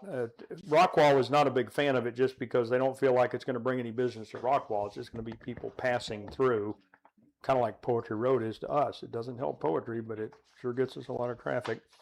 But anyway, Doug and I are attending those meetings. We are officially a part of that group, and we'll keep the town posted if anything changes there. And Dale, I guess for your benefit, you can give us the update on the sign stuff, TxDOT. We got the grant, and now it goes into design and all that. I did find out that TxDOT will actually do the drawings, the design work. They will farm that out. And so they're working on that. They're looking at a contract let. Now that's the let. So we got is in 28. They're trying to move it up for us, but they're going to design it. All of y'all received this letter about any problems with road names or all of that kind of stuff. Any comments? I haven't received any comments. So I'm going to take this and start working on cleaning these issues up with 911 so that we'll be ready. I mean, we'd hate to put the wrong road. We want to make sure that it's a private road. We're going to put private road on it. and kind of clean all of those things up. So if you don't have any questions, I'm gonna submit this or start working Well, on this and the about one I Monday. run into is the KC versus CR. Because Kaufman County has signed a lot of their roads KC Yeah, 249 or Kaufman County. KC, and yet delivery trucks are looking for CR. right. And so we got to make sure that we Yeah, figure that out. we're going CR. I think CR is pretty standard. I mean, you could put Yeah. Kaufman County Road something, but it's CR. Well, I would think Coppin County would be able to do that without contacting 911. I don't know. I guess they did. I'm not saying they've changed any. I'm just telling you some of them have those But names on, currently. on another note, I've also have at least made some initial contacts and things in Kaufman County to do what it did in Hunt County. Now I'm going to do Kaufman County this year Okay. and try to get ready to submit that by September ish and try to get all of that done. And in that process, what I looked at, and I want to kind of hear some discussion on this, at Dollhouse in Poetry Road, where the rumble strips are at, 986, yeah. is possibly look at how to improve that intersection and possibly put not traffic lights, but lights. Because, Or when you stop come sign even from lights. here going 986, you don't really see poetry. I mean, you've got to really look for it at night. And so we're going to look at what would be the best plan to do something there to relieve some of the life safety issues and try to put all of that, because understand, Paris District had for the street sign safety program, they had this year, I think they had $286,000 for the entire district. You go to the Dallas district that Kaufman County and Rockwall County, there's almost $7 million in the Dallas district. So hopefully there's maybe a little more money there that we can go over. And that's why we would look at maybe if there's money there, it doesn't hurt to ask. Let's ask and figure out. So citizens and council, your thoughts on what we could do is that a good spot? Is that where we want to, that's our probably dangerous spot right now. Still, we had Yeah. another wreck a week or so ago, I think. I think defensive driving training would help. Yeah. Some of these people just don't know how to drive. Yeah. I don't think our road's particularly dangerous unless, of course, you're playing on your phone or you're. Well, any other problems you think we need to try to address in Kaufman County, just let me know and I'll stick it on the list. I would like to see the speed limit reduced on 1565. Oh my gosh, we did that Well, on 986, of course, nobody pays attention to it. but That's a state road. They have to I'm do sure a they have their survey, own- which could be what the What they're rubber doing. hoses Yeah, are yeah, for. I I'm sure don't they know. have their own set of standards for that. What, Tom? It wouldn't matter. I know It it, but would- still. Okay, last one from me. We're going to go around the table here in a second. We had a petition from Hunt County here for the last month or so. A bunch of you signed it. Thank you for that. And it was basically to encourage the legislature in Austin to make data centers be responsible about what they build and where they build it, all that. They wanted 1,000 signatures. They got something like 3,500, I think. So Good. they felt pretty good about that. So Yeah. that's been mailed to Austin. Okay, I'm not going to say any more on my part. Terry, you got any report? Tom? Just the big thing is I gotta finish working on the mailbox. Thank you, Tom, for Thank working you, on the Tom. mailbox. Doug? Finally followed up with Kaufman County. If it's appropriate, I was going for countywide call system. So they gave me a link. So I was asking if we can get Laura to put that link on the website so people can sign up. It's no cost, no nothing. It's a countywide alert system type thing. Like a reverse 911? Yeah. For storms or whatever? Yeah, that's For good. storms and stuff. So if you As don't long as mind, it's voluntary, that's fine. I mean, yeah, it is. I mean, that's what you do. You go online. It's a link. You fill in whether you want an email. But do you have to be in Kaufman? Do they know if you're No, Hunt it's- County? Address specific, not phone specific, address specific. Well, yeah, but Steve said it will also include Hunt County. So if you and me Poultry. put our numbers in, they're gonna alert us to the Yes. tornadoes. I mean, we're not Yes. gonna He's do that. allowing the Well, that's good, because they're taking care of us, right? Yeah, yeah. Okay, good. Yeah. So I'll send Laura the link and have people, What if I can tell you what number it comes from, so you don't theirs block code red, it? or what do they call theirs? I forgot what they call it. It's not a code red, but I forgot what they call it. Run. But it is helpful. You can either pick an email or a landline or your cell phone Text and or- all that stuff, or all the above. So Okay, well, the alternative is just tell Doug and he'll call you if we have an emergency. And There you go. there you go. Raise the flag. Trust me, they'll be calling us before we call them. Okay, Dale, you got anything else? You talked enough. No, we're good. Tracy? I'm good. Okay, thank you for that. Okay, Terry is going to leave the room because an item on the consent agenda is his. I will tell you, he signed a affidavit acknowledging his conflict of interest, which is not anything out of the ordinary. We've done this before. No, she doesn't. So we're moving to the consent agenda. Yeah, only Terry, because the idea is you don't want him influencing by his body he can't language look at us or anything. Yeah, trying to intimidate us or. Anyway, that's not going to happen. It's just, we're just trying to be compliant with the law. So anyway, first thing up on the consent agenda, we've got 2 sets of minutes. Laura was kind enough to go ahead and produce one for the little public hearing. We're not even sure we had to have that, just out of an abundance of caution, because this whole grant thing has been about checking boxes as much as work. So we went ahead and prepared that. So you have 2 sets of minutes in front of you, a legal bill. And I'm going to mention, on these littler bills, because I don't want us to have balances, I just tell Teresa to pay them when they're $50 or $100 or whatever. I'm still going to let council know any big bills over $500 you're definitely going to see. But for the littler ones, just know when you approve this, I've already had her pay it. Because in the past, we had balances, and that makes it hard to read the invoice. This way, we stay caught up. And thankfully, we're still very small. And then again, the last item is Terry's petition to be removed from the ETJ. We haven't done any of these in a long, long time, but I did go back and double check. We have been doing them on the consent agenda because remember, it doesn't matter what the council thinks about this. It's a state law that allows citizens to request it. And Teresa basically just makes sure that they pay their money. They turn in the proper survey and property description and all that. And if they met that criteria, this council has been voting to approve. If we reject it, it has to be because something is missing. Otherwise, if we ignore it, it goes into effect. I believe it's 30 days.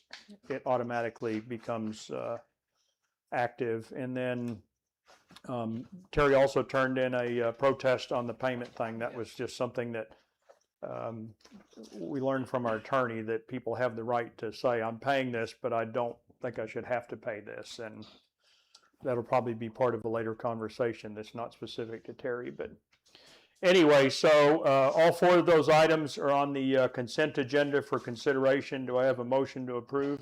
I make a motion to approve all the items on consent. Okay, do I have a second? Second. Okay, Tom and Doug. Okay, all in favor of the motion? Okay, I have 4 hands. Okay, Terry, you can rejoin us. Thanks, sir. Boy, that was a lot less painless than the ones before. Should have been there by. That was. Okay, enough for the protest. I was waiting. Okay, we're moving to the regular agenda. First item up, discuss and take action as needed on a master fee schedule ordinance. So you council and citizens have a copy of the ordinance and the proposed fee schedule. So one of the things that came to my attention, and I may have talked with some of you on it, so I'm not going to claim credit, is that most towns cover their fees by having a master fee schedule, and they just update that from time to time. And that's every possible fee, from, you know, your dog gets impounded to zoning to whatever. The alternative is, if you have a fee, it needs to be documented in a resolution or ordinance. We've not done perfect on that in our 5 years, so I'm trying to fix that. Is this just for discussion? No, this is for All consideration. right, we're gonna have to table it then Okay, because of the typo. what is it typo? The est. Oh, the best, I left the B. You know, I Yeah. thought I fixed that. I fixed it in I one thought you version. did too, but we're gonna have to table it. Okay. I'm sorry. I'm sorry. And I guess if we do, somehow I didn't get the table that goes with exhibit. Well, the A. exhibit was a separate document. I didn't attach it. It was a separate, so it's the it's a separate master fee document. schedule. So I, just failed to get it, huh? yeah, I would say let's You got discuss it, the you just didn't print fees, it out. But that's our but we existing can approve the schedule. ordinance. Well, I just captured what we're already charging that isn't necessarily in an ordinance or resolution somewhere, so. Are we still discussing it? Yeah, we that's just bring fine. it back on That's the- fine. We'll bring it back in Yeah. June. I'm okay with that.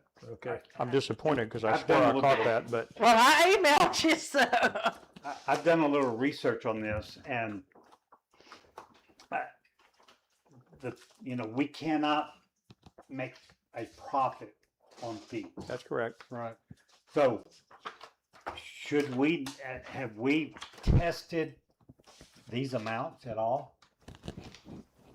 Through I our think attorney, we we're gonna have. Need to document something as to how Well, we arrived at. No, those we don't fees. have to build a case for it. We don't have have to respond if somebody challenges us. But But- I think that as long as it's reasonable, is what the Well, lawyer says. then- Okay, so right away at easement, I mean, how do we spend $100 for that?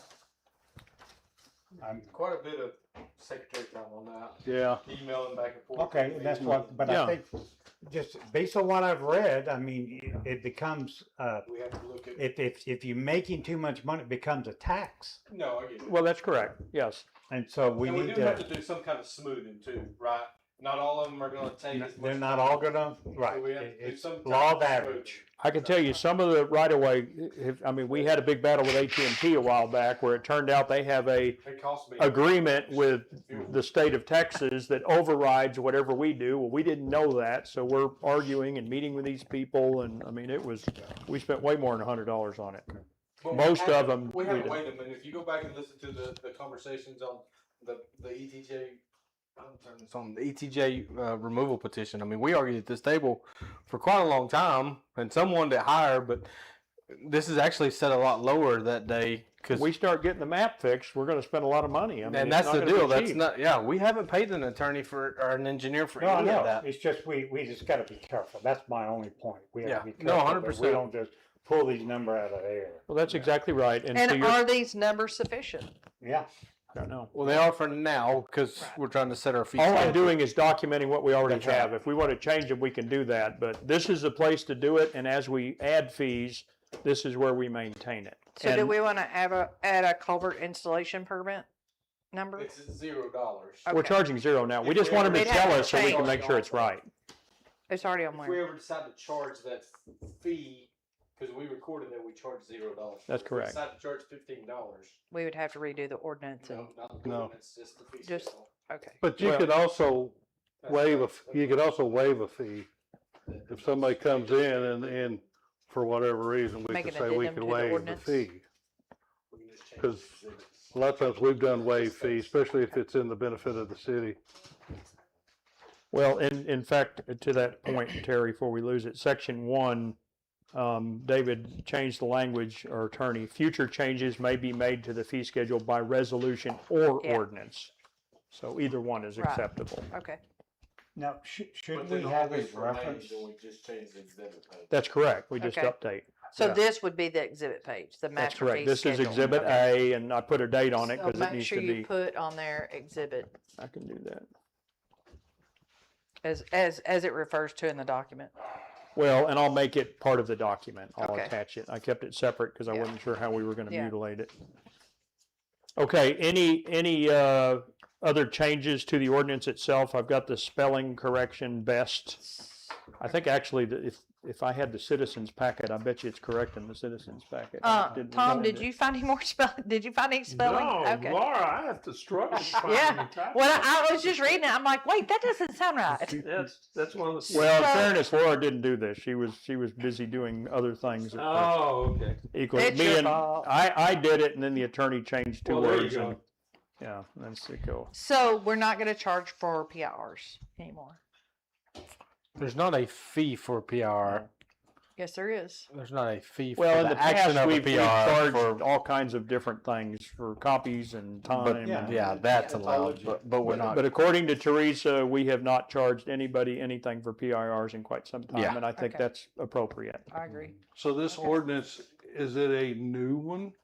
Yes. Yes. So technically, we can't charge anybody because we don't have an ordinance, or we do have an ordinance and it includes this That's what- current fee. That's what my letter was on that ETJ removal. Yeah. We don't have an ordinance that says you can charge me that. Well, it's like the zoning or variance Yeah. request. I mean, that's what I'm saying. $75 on there. Well, let me But- hang on. Let me keep us out of jail here. So I sent you when I sent the packet. There were some words in the email I sent you Yeah. about what we could and couldn't talk about because some of us have paid fees to the town. That's not, We have to be very careful about discussing fees because we have a conflict of interest. Even though it wasn't a lot of money, there is a conflict of interest built into us discussing it. well, I don't pay So any fees.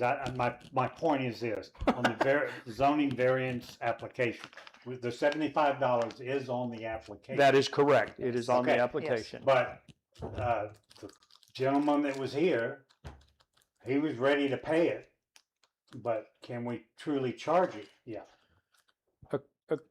According to our attorney, yes, we can. Okay, so I don't that's think, why, I don't, that's why I sent you that. The note. reason I created this ordinance is because I want to do it, For something that you don't have an ordinance that gives you the well, power to do so. that's what I think. that's why I created this, because I think we should do it right. I think we That's should. why I. So I would No, tell you, if want he the doesn't, $75, if and I he didn't doesn't get an pay the extra. $75, I am not gonna start Thank you. to go after him. But I had him prepared to pay it. Because strictly speaking, he could make the argument that was just made by the audience that it's not in an ordinance or resolution, Right, so that's what I it's not valid. Yeah. Right. So But this is- again, let's stop that conversation. We're gonna have this discussion next meeting. I know, Okay, I was talking fair enough. about that specific case. Because Any it turns other out fees? if everybody that's paid a fee is willing to sign a document that says, I don't want my fee back, so I'm I just okay. didn't want a whirlwind tomorrow when they figure out that you didn't get your $75. That's No. my point. Are there other fees that we know of, or is this this list? That's everyone I could find. That's part of why I brought it to you Okay. in case you guys can think of I anything. can't think of any, I don't but- think we're charging for anything else other than taxes and, Okay. Well, we can franchise. submit at that next meeting. yeah, so So to, the priority is to get this thing done next month. yes. Yeah, I'd like to get it done. I'd just like to, part of what I I'm trying do. to accomplish in our time on council and as mayor is to, let's go back and fill in the gap. Clean the up things some that stuff. Yeah. Let's clean things up, turn it into more of a machine that's legally compliant, that I don't like all these little, I don't know what we meant. No, it needs to be clear. Okay. So we're gonna make it clear. Okay, so any other discussion on the master fee schedule ordinance? Okay, anybody in the audience passionate about this topic, wanna talk about it? Yep, it's correct on the one that went See, out to I the just didn't citizens. remail it, cause I don't wanna remail you things. I try to, Wednesday night, that's it. Oh, well, darn the luck. It's okay.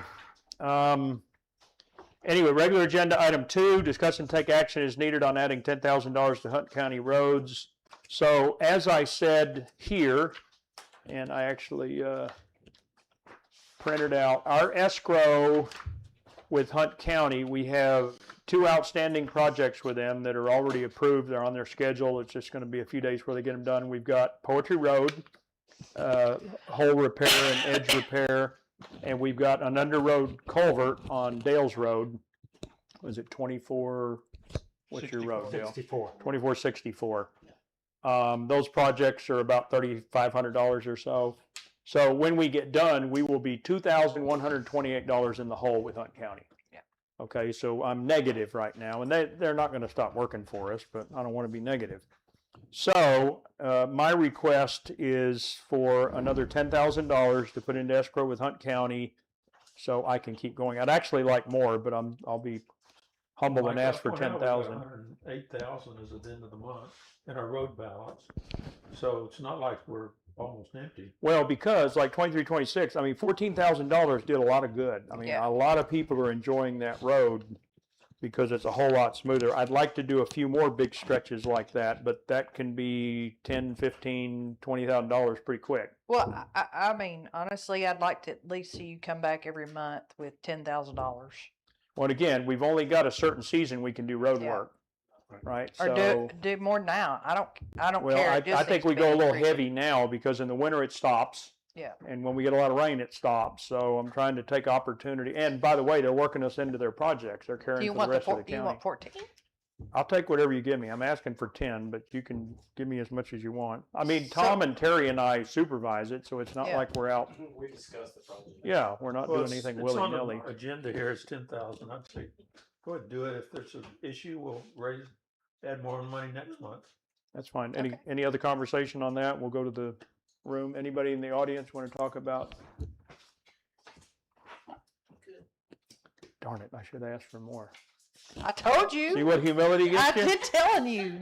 Okay, Okay, do I have have a motion. a motion to approve $10,000 to Hunt County roads escrow? I make a motion to approve $10,000 to I'll Hunt County second. Road. Okay, Escrow. Tracy and Tom. Okay, all in favor? Tracy? Oh, yeah, sorry. I want to know, but she You have wasn't two voting. hands. Okay, unanimous. That takes care of number 2. And number 3, our final one, is our survey. And I went Survey ahead and printed says- out. This is going to be a lively conversation, I bet. I know Dale is real passionate about some of this, so we're going to try to rein him in. Quick, well, we're trying to do a 5-year strategic plan, figure out how, kind of what we talked about in the workshop. How are we gonna fund this puppy? And so, right now, I mean, we could impose a property tax. We don't want to do that. We want the citizens to tell us. And so we're gonna issue a survey, and we've got some logistic things that we're going to talk about, but a survey that goes through a number of questions, one of which is about property tax. And so we want the citizens to tell us what do you want us to do about these budget issues that we talked about, these long-range plans, the cost of the roads.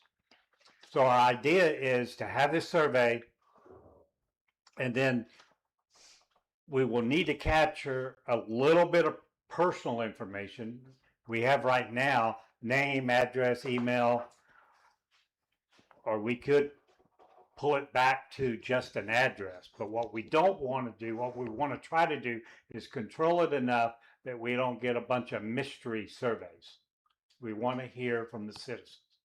And our thought is, what we would do is put this out there and then conduct a couple of public hearings or public meetings, either at the church or school or whatever, and go through the questions. We feel like that the citizens don't really understand a lot about the town. So the questions are designed to kind of educate the citizens. Example, one of the questions is, are you aware that the town is only on an average 622 feet wide? How many people really know that? So we want to go through there and educate the town. And then, of course, the biggie is property tax. How are we going to pay for this? You tell us. And so we want to be able to have a ballot, and then we would take, obviously we have to be careful with that personal information. And we've talked about a number of different ways to do it. Having a sheet to fill out, we can tear that off. The survey would have a code on it. Each survey would have a different survey code. We've talked about a QR code. Well, we want to have these public meetings where, quite honestly, you go through these and let people ask the questions, and we try to answer the questions and give them an opportunity at the meeting. If you feel comfortable filling out the survey, fill it out, drop it in the Dropbox. and when, you know, be a lockbox of some kind. And then, but what we really want, we don't want to make that decision for the community over 50 surveys. We'd like to see, I think, a healthy number, maybe 200 surveys, where we feel like we got a good representative sample of what the feelings are from the citizens, because we don't want to make these decisions for you, but we have the problem ahead of us. What do you want us to do? Okay, You know, that's it. one thing we might consider, Dale, I mean, we can have hearings, but set up like at farmer's market, set up at bingo night where we Yeah, have that's a lot of poetry people. Exactly, yeah. But you know, I'll tell you, one of the things Doug and I heard at the Rockwall meeting the other night, Rockwall did a survey recently where they surveyed the entire county over roads and congestion and what are your thoughts? They only got like 200 or 300 responses Yeah. I feel in like- all of Rockwall and Heath. Yeah. 200 or 300 people. Well, people are, that's We're why, only 2,000 people. Well, that's 1% why- or something. yeah. Oh yeah, tiny Yeah. amount. And you know people are passionate about roads, but they're just, you know, they're busy. So to Right. me, we need to Well- make this like really easy. Well, this We're is not a- legally obligated to do anything we learn from this survey. Now Right. we're gonna follow the citizens as much as we can, but I make Without that their point input, only we to can't. say if a bunch of people come in from Quinlan trying to sabotage poetry by filling out our survey, first off, I don't think that's gonna happen. And secondly, I think we're gonna see, okay, you know, we've got Well, just the survey that Dell and I did for the some income grant, stuff, right? you know, people are apprehensive to give you information. So I honestly would leave the person's name off of it totally and just get their I street get it however you address. can. If they want to internet it in, if they want to Yeah. paper it in, if they just, let's just try to let's make it as easy This as is possible. the opportunity for the citizens to speak, and we need them to speak. Yeah, I mean, most of them are either pretty happy with what we're doing or they're pretty busy or something. So if we get any feedback, I think that's going to be a huge plus. Right. You know, I think it's, I think the main gist of this is to get a feel of a property tax. well, and it's that's, their- that's kind of the it's- meatiest issue, but I think to Dale's point, it's also an informative Yes, it is. survey. And I think Yeah. for some people that take the time to read it, they're going to be like, whoa, I didn't Yeah, realize and that will go a long way where we don't have all of these zoning issues, just educating people. And so, Laura, if you want to talk about, you found a site that we can use if somebody, the site we talked about, It's an interactive site. Yeah, let's do it through the website. you want to talk about that? So I created I sent the mock-up that was requested last month to council. Dale provided the questions and stuff, and so I did a mock-up online survey through Google Forms where as the participants answer questions, it automatically populates a spreadsheet through Google Sheets. So everything is tabulated and correlated just in one line. So it's easy to sort. If we want to sort by if they fill out an address or if you're not going to require that, we can make certain fields required or not required. So the interactive link that I sent the council, you can play with that form and see how it works. Is it user friendly? I think it has was to be easy. I was going to say it has to be user friendly so that people that are not, you know, very computer literate, it's very simple. It's like click yes or click no. And that's, Yeah. you know, it. And there's a spot at the bottom from your form where they could provide council with a narrative of any questions, you know, something specific. But all the questions were just, you know, yes or no, do you understand this? So as the surveys come in, we can sort the list any way we want.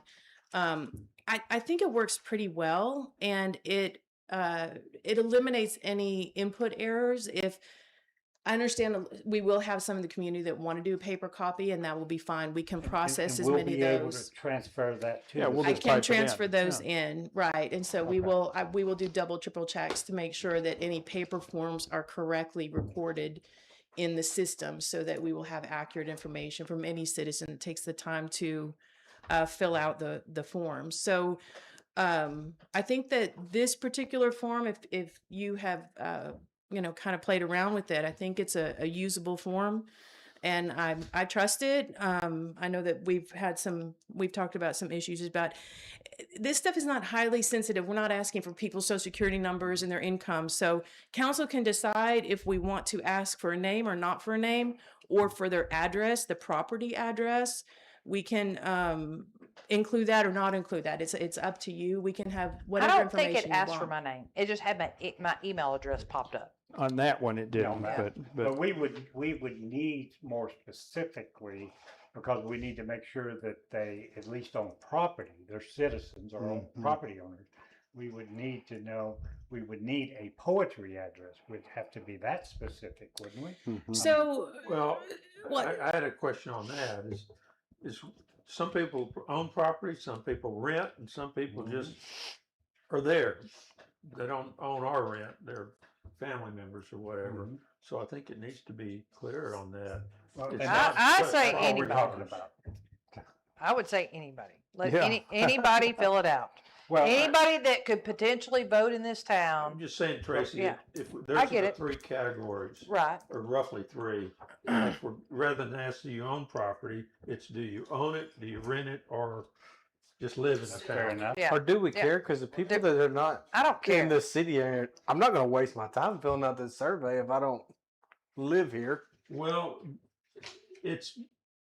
but I guess my point was, we don't want just to find out that you're property owners and not, if you're not a property owner, we don't count you. No, I get that. Yeah, I think I would trash the first 2 questions personally. you do what? I would get rid of the first 2 questions. I know that council had brought up before about the question of if you pay a franchise fee, then it affects you. Should you have a say so in the survey? Some people brought up if you're the property owner, then a property tax is going to affect you, but not affect a renter, except if That's your right. rent goes up because of the property tax from the owner. So there were some questions at last council on what was the criteria, what was important or not important as far as who was going to be allowed to do it. Now what we can do on the survey, instead of having them manually input their address, we can put county roads on there, That's and they all I have to did. pick from a drop down. They have to pick a county road and not a specific address, but then some are ETJ, some are not in the town. Or just having them manually put the address in, just to verify. At the end of the survey, we can go in and look at those addresses and make sure, okay, are these in the town or not? So the questions to, are you property owner, are you a renter? That's something I think that the council has to decide. Well, I think it's just as important for people that live in the ETJ to understand this as well. yeah. And even people that. But do you But want they the have no ETJ skin to in say, yeah, we think there needs to be a property tax? This is highly unlikely. Right. 1,000 of them say, yeah, y'all need a property tax that they don't have to pay. Take Right. that. I get That it. was some of the fears. Yeah, and that becomes a question. Do we want to limit it to just property owners? And if that's what we want to limit to, then we have to establish what property they own. Well, but I don't then you think can that's get into gonna the work. weeds really Just- quickly, though. Well, do we want renters to? It's maybe a small number, but do we want renters? But unless telling you us- ask, you won't know. I think we're getting too technical. Well, if you're specific where they're on there, to his point. Yeah. Property owner, you renter. Okay. Yeah. Do you live in If they don't click poetry? them, they don't click them. Yeah. Okay. And then we could It doesn't count decide how toward to it. It's- analyze it. Right. We The more decide to data you analyze. get, the better, and if it's not on there, it's not. All right. The next question. Regardless of the way we do it, do we want city staff to be collecting the surveys, putting them in the system, or do we want to go third party? Is it necessary? I'm okay with it. Yeah. There'd be no motivation to manipulate Yeah. this, I don't think. Okay. It's just, And that's, we're just talking about it. That's why we got to bring it up. Okay, so. it's not an election, I mean, it's just a a opinion. Do you own Yeah. rent or? Let's write them down, and then Yeah, I'll all make right, so sure. what do we want on the, do you own property in poetry? Do Do you you own rent? property in ETA? Do you own Owner, rent rent. or Rent, or other? What's the other? Squad. Do we still have, have an one. Airbnb out here? Airbnb, So- there's Yeah. one by you. Yeah, there's one there's down the that- I street. thought there was one down by Tom too. There's one by you, yeah. Okay, so we got the question, we got the categories, we all agree to that? Well, Okay, Tracy got doesn't that. like, Are we including a name or no name? oh, categories Name? for the intro. No names? I wouldn't put a name on there. I would just go with the road I number. agree with Tracy. Yeah, we I don't would- want to tie it back Yeah. to what you Okay. said. All right. So Yeah. You want do to you get want a people. But we specific- we Right. want an address, A no name. specific address or just a road number? I think an address. Specific is fine. Yeah. Because we may. Because need that's all I separate- did when I did it the other day. I did my address without the state, without the town. Yeah, just And your it did road it. number. and So Yeah. let's give us an address and we'll take it from there. Okay. All right, the questions. Any questions on Now, the wait a minute, questions? do we ask them, do you live in Poetry and what's your address, or we just ask what's your address? What's your address and we'll determine. No, it just pops up and says address on it. Okay. eligible voters? We struggle with, do we want to restrict just registered voters? Well, it's not an election, Yeah, but they're still paying taxes or fees or whatever. Not so necessarily. Anybody that pays a You fee. can have a renter that's a voter and they don't pay any taxes. Yeah, I mean, it's all over the board. Yeah. yeah, it is. Okay. We kind of want to be as inclusive as we can. Right. I think, with the people that's inside the boundaries. Right. You're right. So are That's we- more important to me, that we get a good knowledgeable representative sample of the people. I'd like to hear that would be anything. Paying the taxes. okay, so are we clear? So we're gonna ask for their address. That's the first Yes. entry. Yes. And we'll add it to the paper form as well as the website, whatever formats we go with. Okay, now Tracy, you had some exception with questions 1 and 2. Yeah, any questions about? Do you the question? own property in the town of Poetry? So I Well, guess we I think decided, we're getting rid of that. We're not doing the cover page. do you own property in the ETJ? Or are we gonna first get rid of that? Or are we going to this Go page? into this. This page, I think it's Okay. just, it'll be part of this. I'm It'll fine. just be question 0 is what's your address? Yeah. Any questions about the questions? But you said 1 and 2 a minute ago. You said I'd drop one. That on that Oh, front on the page. cover page, Yeah. okay. So again, these are as informative as they are questions, Yeah. right? Were you aware, yes or Yeah. no? Are you aware? Do you understand? Yeah, it's a twofold. We want to educate them and get their opinions. Yeah. So what are kind of the decision-making answers we're gonna get on here? Because a lot of them are just, On the educational portion of like the zoning. 'cause Right. We keep talking Yeah. about zoning and how many variances we're going to grant and not grant because of the lack of knowledge. This, well, the first one I see is, do you support zoning? Right, the rest of them are just, hey, did you know, did you know, did you know, have you did you read know? the current zoning ordinance before that? Or do you have a reasonable understanding of its requirements? Yeah. Before that, are you aware that we have a zoning ordinance? Okay.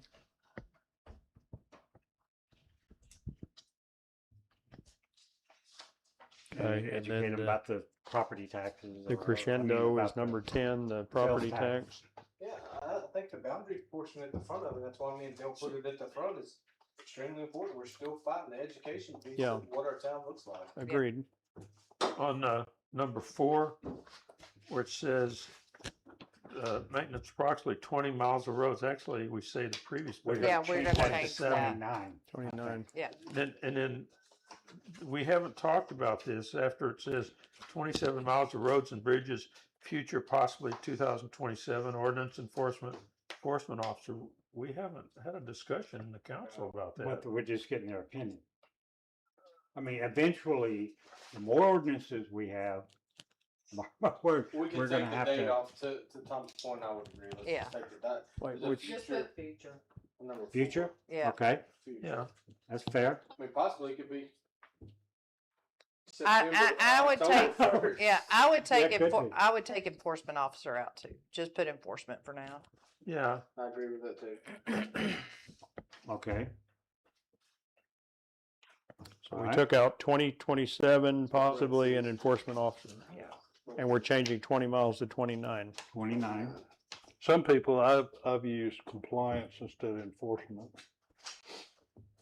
Okay, that's fair. It's a little Yeah. softer. That way it's a little softer when Yeah. people pull in and say, I'm an Fine. enforcer. Okay. Now, number Compliance. 5, that I had some comments on that, is it says, are you aware the town of Poetry is currently out of compliance with certain state requirements. I would put maybe. We Because- are out of compliance. We are out of compliance. Well, it's, I mean, has Mr. Berman said that? Because I don't know. No, the That's a law, pretty strong the statement. law says it. Well, I would say may, but anyway, that's. I don't think it matters. The either way. ETJ law specifically says you'll update immediately. And then down in the last sentence, it says the cost of an ETJ map is estimated, and I think we need to say by the town's engineering firm agree. at 35,000. That's fair. And then a survey, It doesn't matter, it's just still estimated. And we still have to, and we have to put it out to bid anyway, but we're just giving you no, I'm looking at it from a point of view of someone filling this out. okay. Is it coming back and say, who said it's 35,000? Well, it's the town's engineer. It gives it credibility. And then Okay. a survey, and then after that it says, and a survey of the town is estimated. And I think you mean an on-the-ground survey is estimated by the town's engineering firm Yeah. at 350,000. It's not, there's different surveys, but it's an on-the-ground one that we're I talking don't know, about, right? could be, but technically, if we take recorded plats and incorporate that as part of our survey, I'm not sure that would necessarily be, That's a desktop. Well, we've always talked about it as an on-the-ground. right. But I think it's more the definition of a survey versus, I'm not sure you have to say. Well, that's on the right. ground. There is, and Dave Berman has made that point. There is different terms for survey. We're talking about when we say 350,000, it's an on-the-ground survey. It's fine. I mean, what do y'all think? No, I don't have any heartburn with it. I don't Okay, either. on the ground survey, And then, or and on the ground survey. All right, and then on number 10, where we said the town of Poetry does not currently have a real property tax mechanism, I think just say does not have a property tax. But we do. That was the thing. It's zero. It's Yeah. 0.0%. We do have a Yeah. property tax, it's just zero. Okay, but it's not a mechanism, it's just no tax. That's the point of the mechanism. There's nothing that generates somebody to pay us. Oh, okay. now, I mean, that could change, but that's the thought process. and understand this, let's say the first example, $500,000, that's assessed value. That number is just the raw assessed value. It doesn't take into account the over 65 limitations, your ag Well, exemptions. that's or my next anything like point, that. where you said the additional annual tax would be calculated. It's actually may be calculated as follows because there agree. are exceptions. I agree with that. All right, now where is that at? So- Where's, Last sentence. On 10, yeah, I'm on 10. it's Last. where the word would, On, put on the in first May. paragraph or the, number 10, the third line I'm on down. 10. The opening Where's wood? may be calculated. Yours looks different than mine. But not really, because it's still the assessed value. The third line net down assessed from number value, 10. I get it, but the net assessed value is what we get right here. Right. District takes all of those exemptions out. Yeah. That number you have right there is much larger on a growth stage. This number that we're gonna get is the net value Should be right there, from the appraisal district. right? I mean, I don't have any Right problems there. changing Take wood wood and out right May, there. but Take wood at the out. end of the Yeah. day, Yeah. Put May. I understand. it's a net. Annual Does it matter tax if it's wood or May? be calculated Okay. as follows? Yeah. We took the word wood out. Yeah, Yeah. May's May. first better, because you don't know. All right, and then just a general, give us general comment. Get in and get out. And then there's another one on further down where we say, where you have the 865,564 and no cent. We don't need the no cents. Just Yeah. 865,564. That's close Well, enough. because it's a dollar amount, that's why. Yeah, and then where it says by comparison, rebuilding 1 mile of county road. Actually, we're talking about Poetry roads. Yeah. A county road, Town yeah. road. Well, but it's in Poetry, just to Well, make. yeah, I mean, I. We're not talking about I Hunt think they County. would, that would be No, but we're not talking about Hunt County's roads or Kaufman. We're no, talking we were about saying a both. county road. Why don't we just say a town road? Well, Town. somehow you got to say Poetry, Cause that's what. But we're all of our we're not roads doing are county roads. Yeah, Portrait County. We don't But have it's in- anything other than, But it's in poetry. We're not talking about stuff outside of Yeah, they're poetry. gonna think we're I doing think work that's- outside of the town. Just say town road, That's fine. 1 mile of town road. Where's that? but we're building them to We've got county 1 mile road of county standards. Right road. here. Yeah, I know where you're at. Now, in the other one where Just say it's, road like we did before. where it says mile of 1 road. Yeah, mile. let's just take out county and just put road. Road. We used road. Good with that. before. Okay, road is Road. estimated to Road. cost approximately $1 So million. take poetry out and take county out, right? Yeah, Yes. 1 Road. mile of road. Yeah, And that then- I would might be a little take- high, but that's okay. I would take Hunt County out up here too. and then, The total taxable value of property within the town of Poetry, Hunt County. No, We- That's right, we need to take that out, because No, at that's a first I did reference. hunt and I didn't have, Well, we That's don't- on Their website. Well, we don't have Kaufman County. no, we We're did. just- We do. What happened was when I first did it, all I had was Hunt County, and I gave you. you gave me Coppin, Yeah, and we I have should have both. taken Hunt out. But Okay, you're so- right, take Hunt County out. So that's then the there's- combination. there's one- Value? Hmm? Is this the combined value of both counties? Yes, Okay, yes. and then yes, it said by both counties. comparison, rebuilding 1 mile of road is estimated to cost, I think Or you we need to could be. say Hunt and Coffin County. Nah, it's not. Yeah. Take it Just all take out. it out. Make it easier.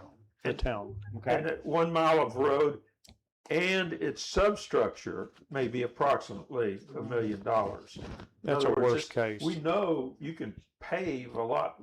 yeah, we're not cheaper. paving, that is grinding it up, Well, I think, correcting the base, That's, and redo, that's the million. that's right. That's why I said, to clarify, we're not just talking about I'm slapping sorry. some asphalt. He wants to add more. He wants to say those other things. so rebuild, road- you don't think rebuild It would said, justify? and its substructure may cost approximately $1 million. But rebuilding, you don't think covers all that?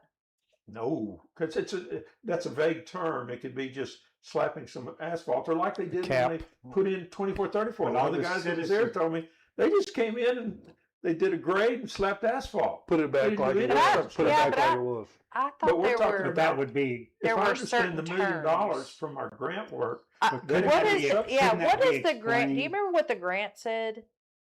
in the- We need to use the wording that the grant No, I don't. used. Well, that's Remember, but federal it's- standards. We don't need to build our roads to federal standards. I mean, they But- go, but the Bonkers. reason we're not getting as much is because they're replacing the substructure. yeah, they're going all the way And so the down. $1 million per mile, I tied it back to the grant. Right. And so, I agree. but that's why I said of the county, of the Poetry Road or Town Road and its substructure may be approximately $1 million. Okay, I'm fine with that. That's a worst case, but that's Yeah. fine. I don't think that's worst case. I don't think so either. We're paying $750 for. Well, I don't know. I don't know if we need to, I don't know. That's all I have. I've talked to a couple of these, I mean. And that's one of our survival strategies is we just grind all the roads up and go back to rock. Yeah. That would be, that's definitely a survival mode. We can afford that. That'll We keep can people afford a coming road over grader. here, for sure. But I mean, getting back to the And we have road, a resident now who has the machine to. That's right. Yeah. We That's can, for it. it'll be a Keep the outside. deterrent. he All right, was out there said, that's, the problem is they did nothing on 2434. Is he watched them no, I agree. and he said they just graded it and slapped asphalt. Oh, yeah, Nothing. well, yeah, for me, Probably not Buck, even we better asphalt, get it's probably this chip stuff seal. done. All right, I guess we're all good with it? Okay, so Yep. do you have all the Citizens? changes? I think Phil? we do. Laura and I will go through them, and we'll Okay, send so- it back out next week. Yeah, Okay. we'll bring it back to June All for the right, final and then vote we need public comment? on the survey. Yes. No, on the survey. Yeah. Well, yeah, To so the you're talking about right now. Okay, so nobody signed up to talk about the survey, but somebody out there probably has some opinions. Would you like to step up and voice your opinion? Well, I just don't want it to be said we didn't allow We're just so public used comment, to it. but I do need to get Tom out of here by 8:30, so you guys got 3 minutes. Okay, and what do you know? Nobody signed up for general comments, Or we're adjourned. so we are 30. we are golden. So meeting adjourned at 8:28. I'm That's done. not bad. It's not mine.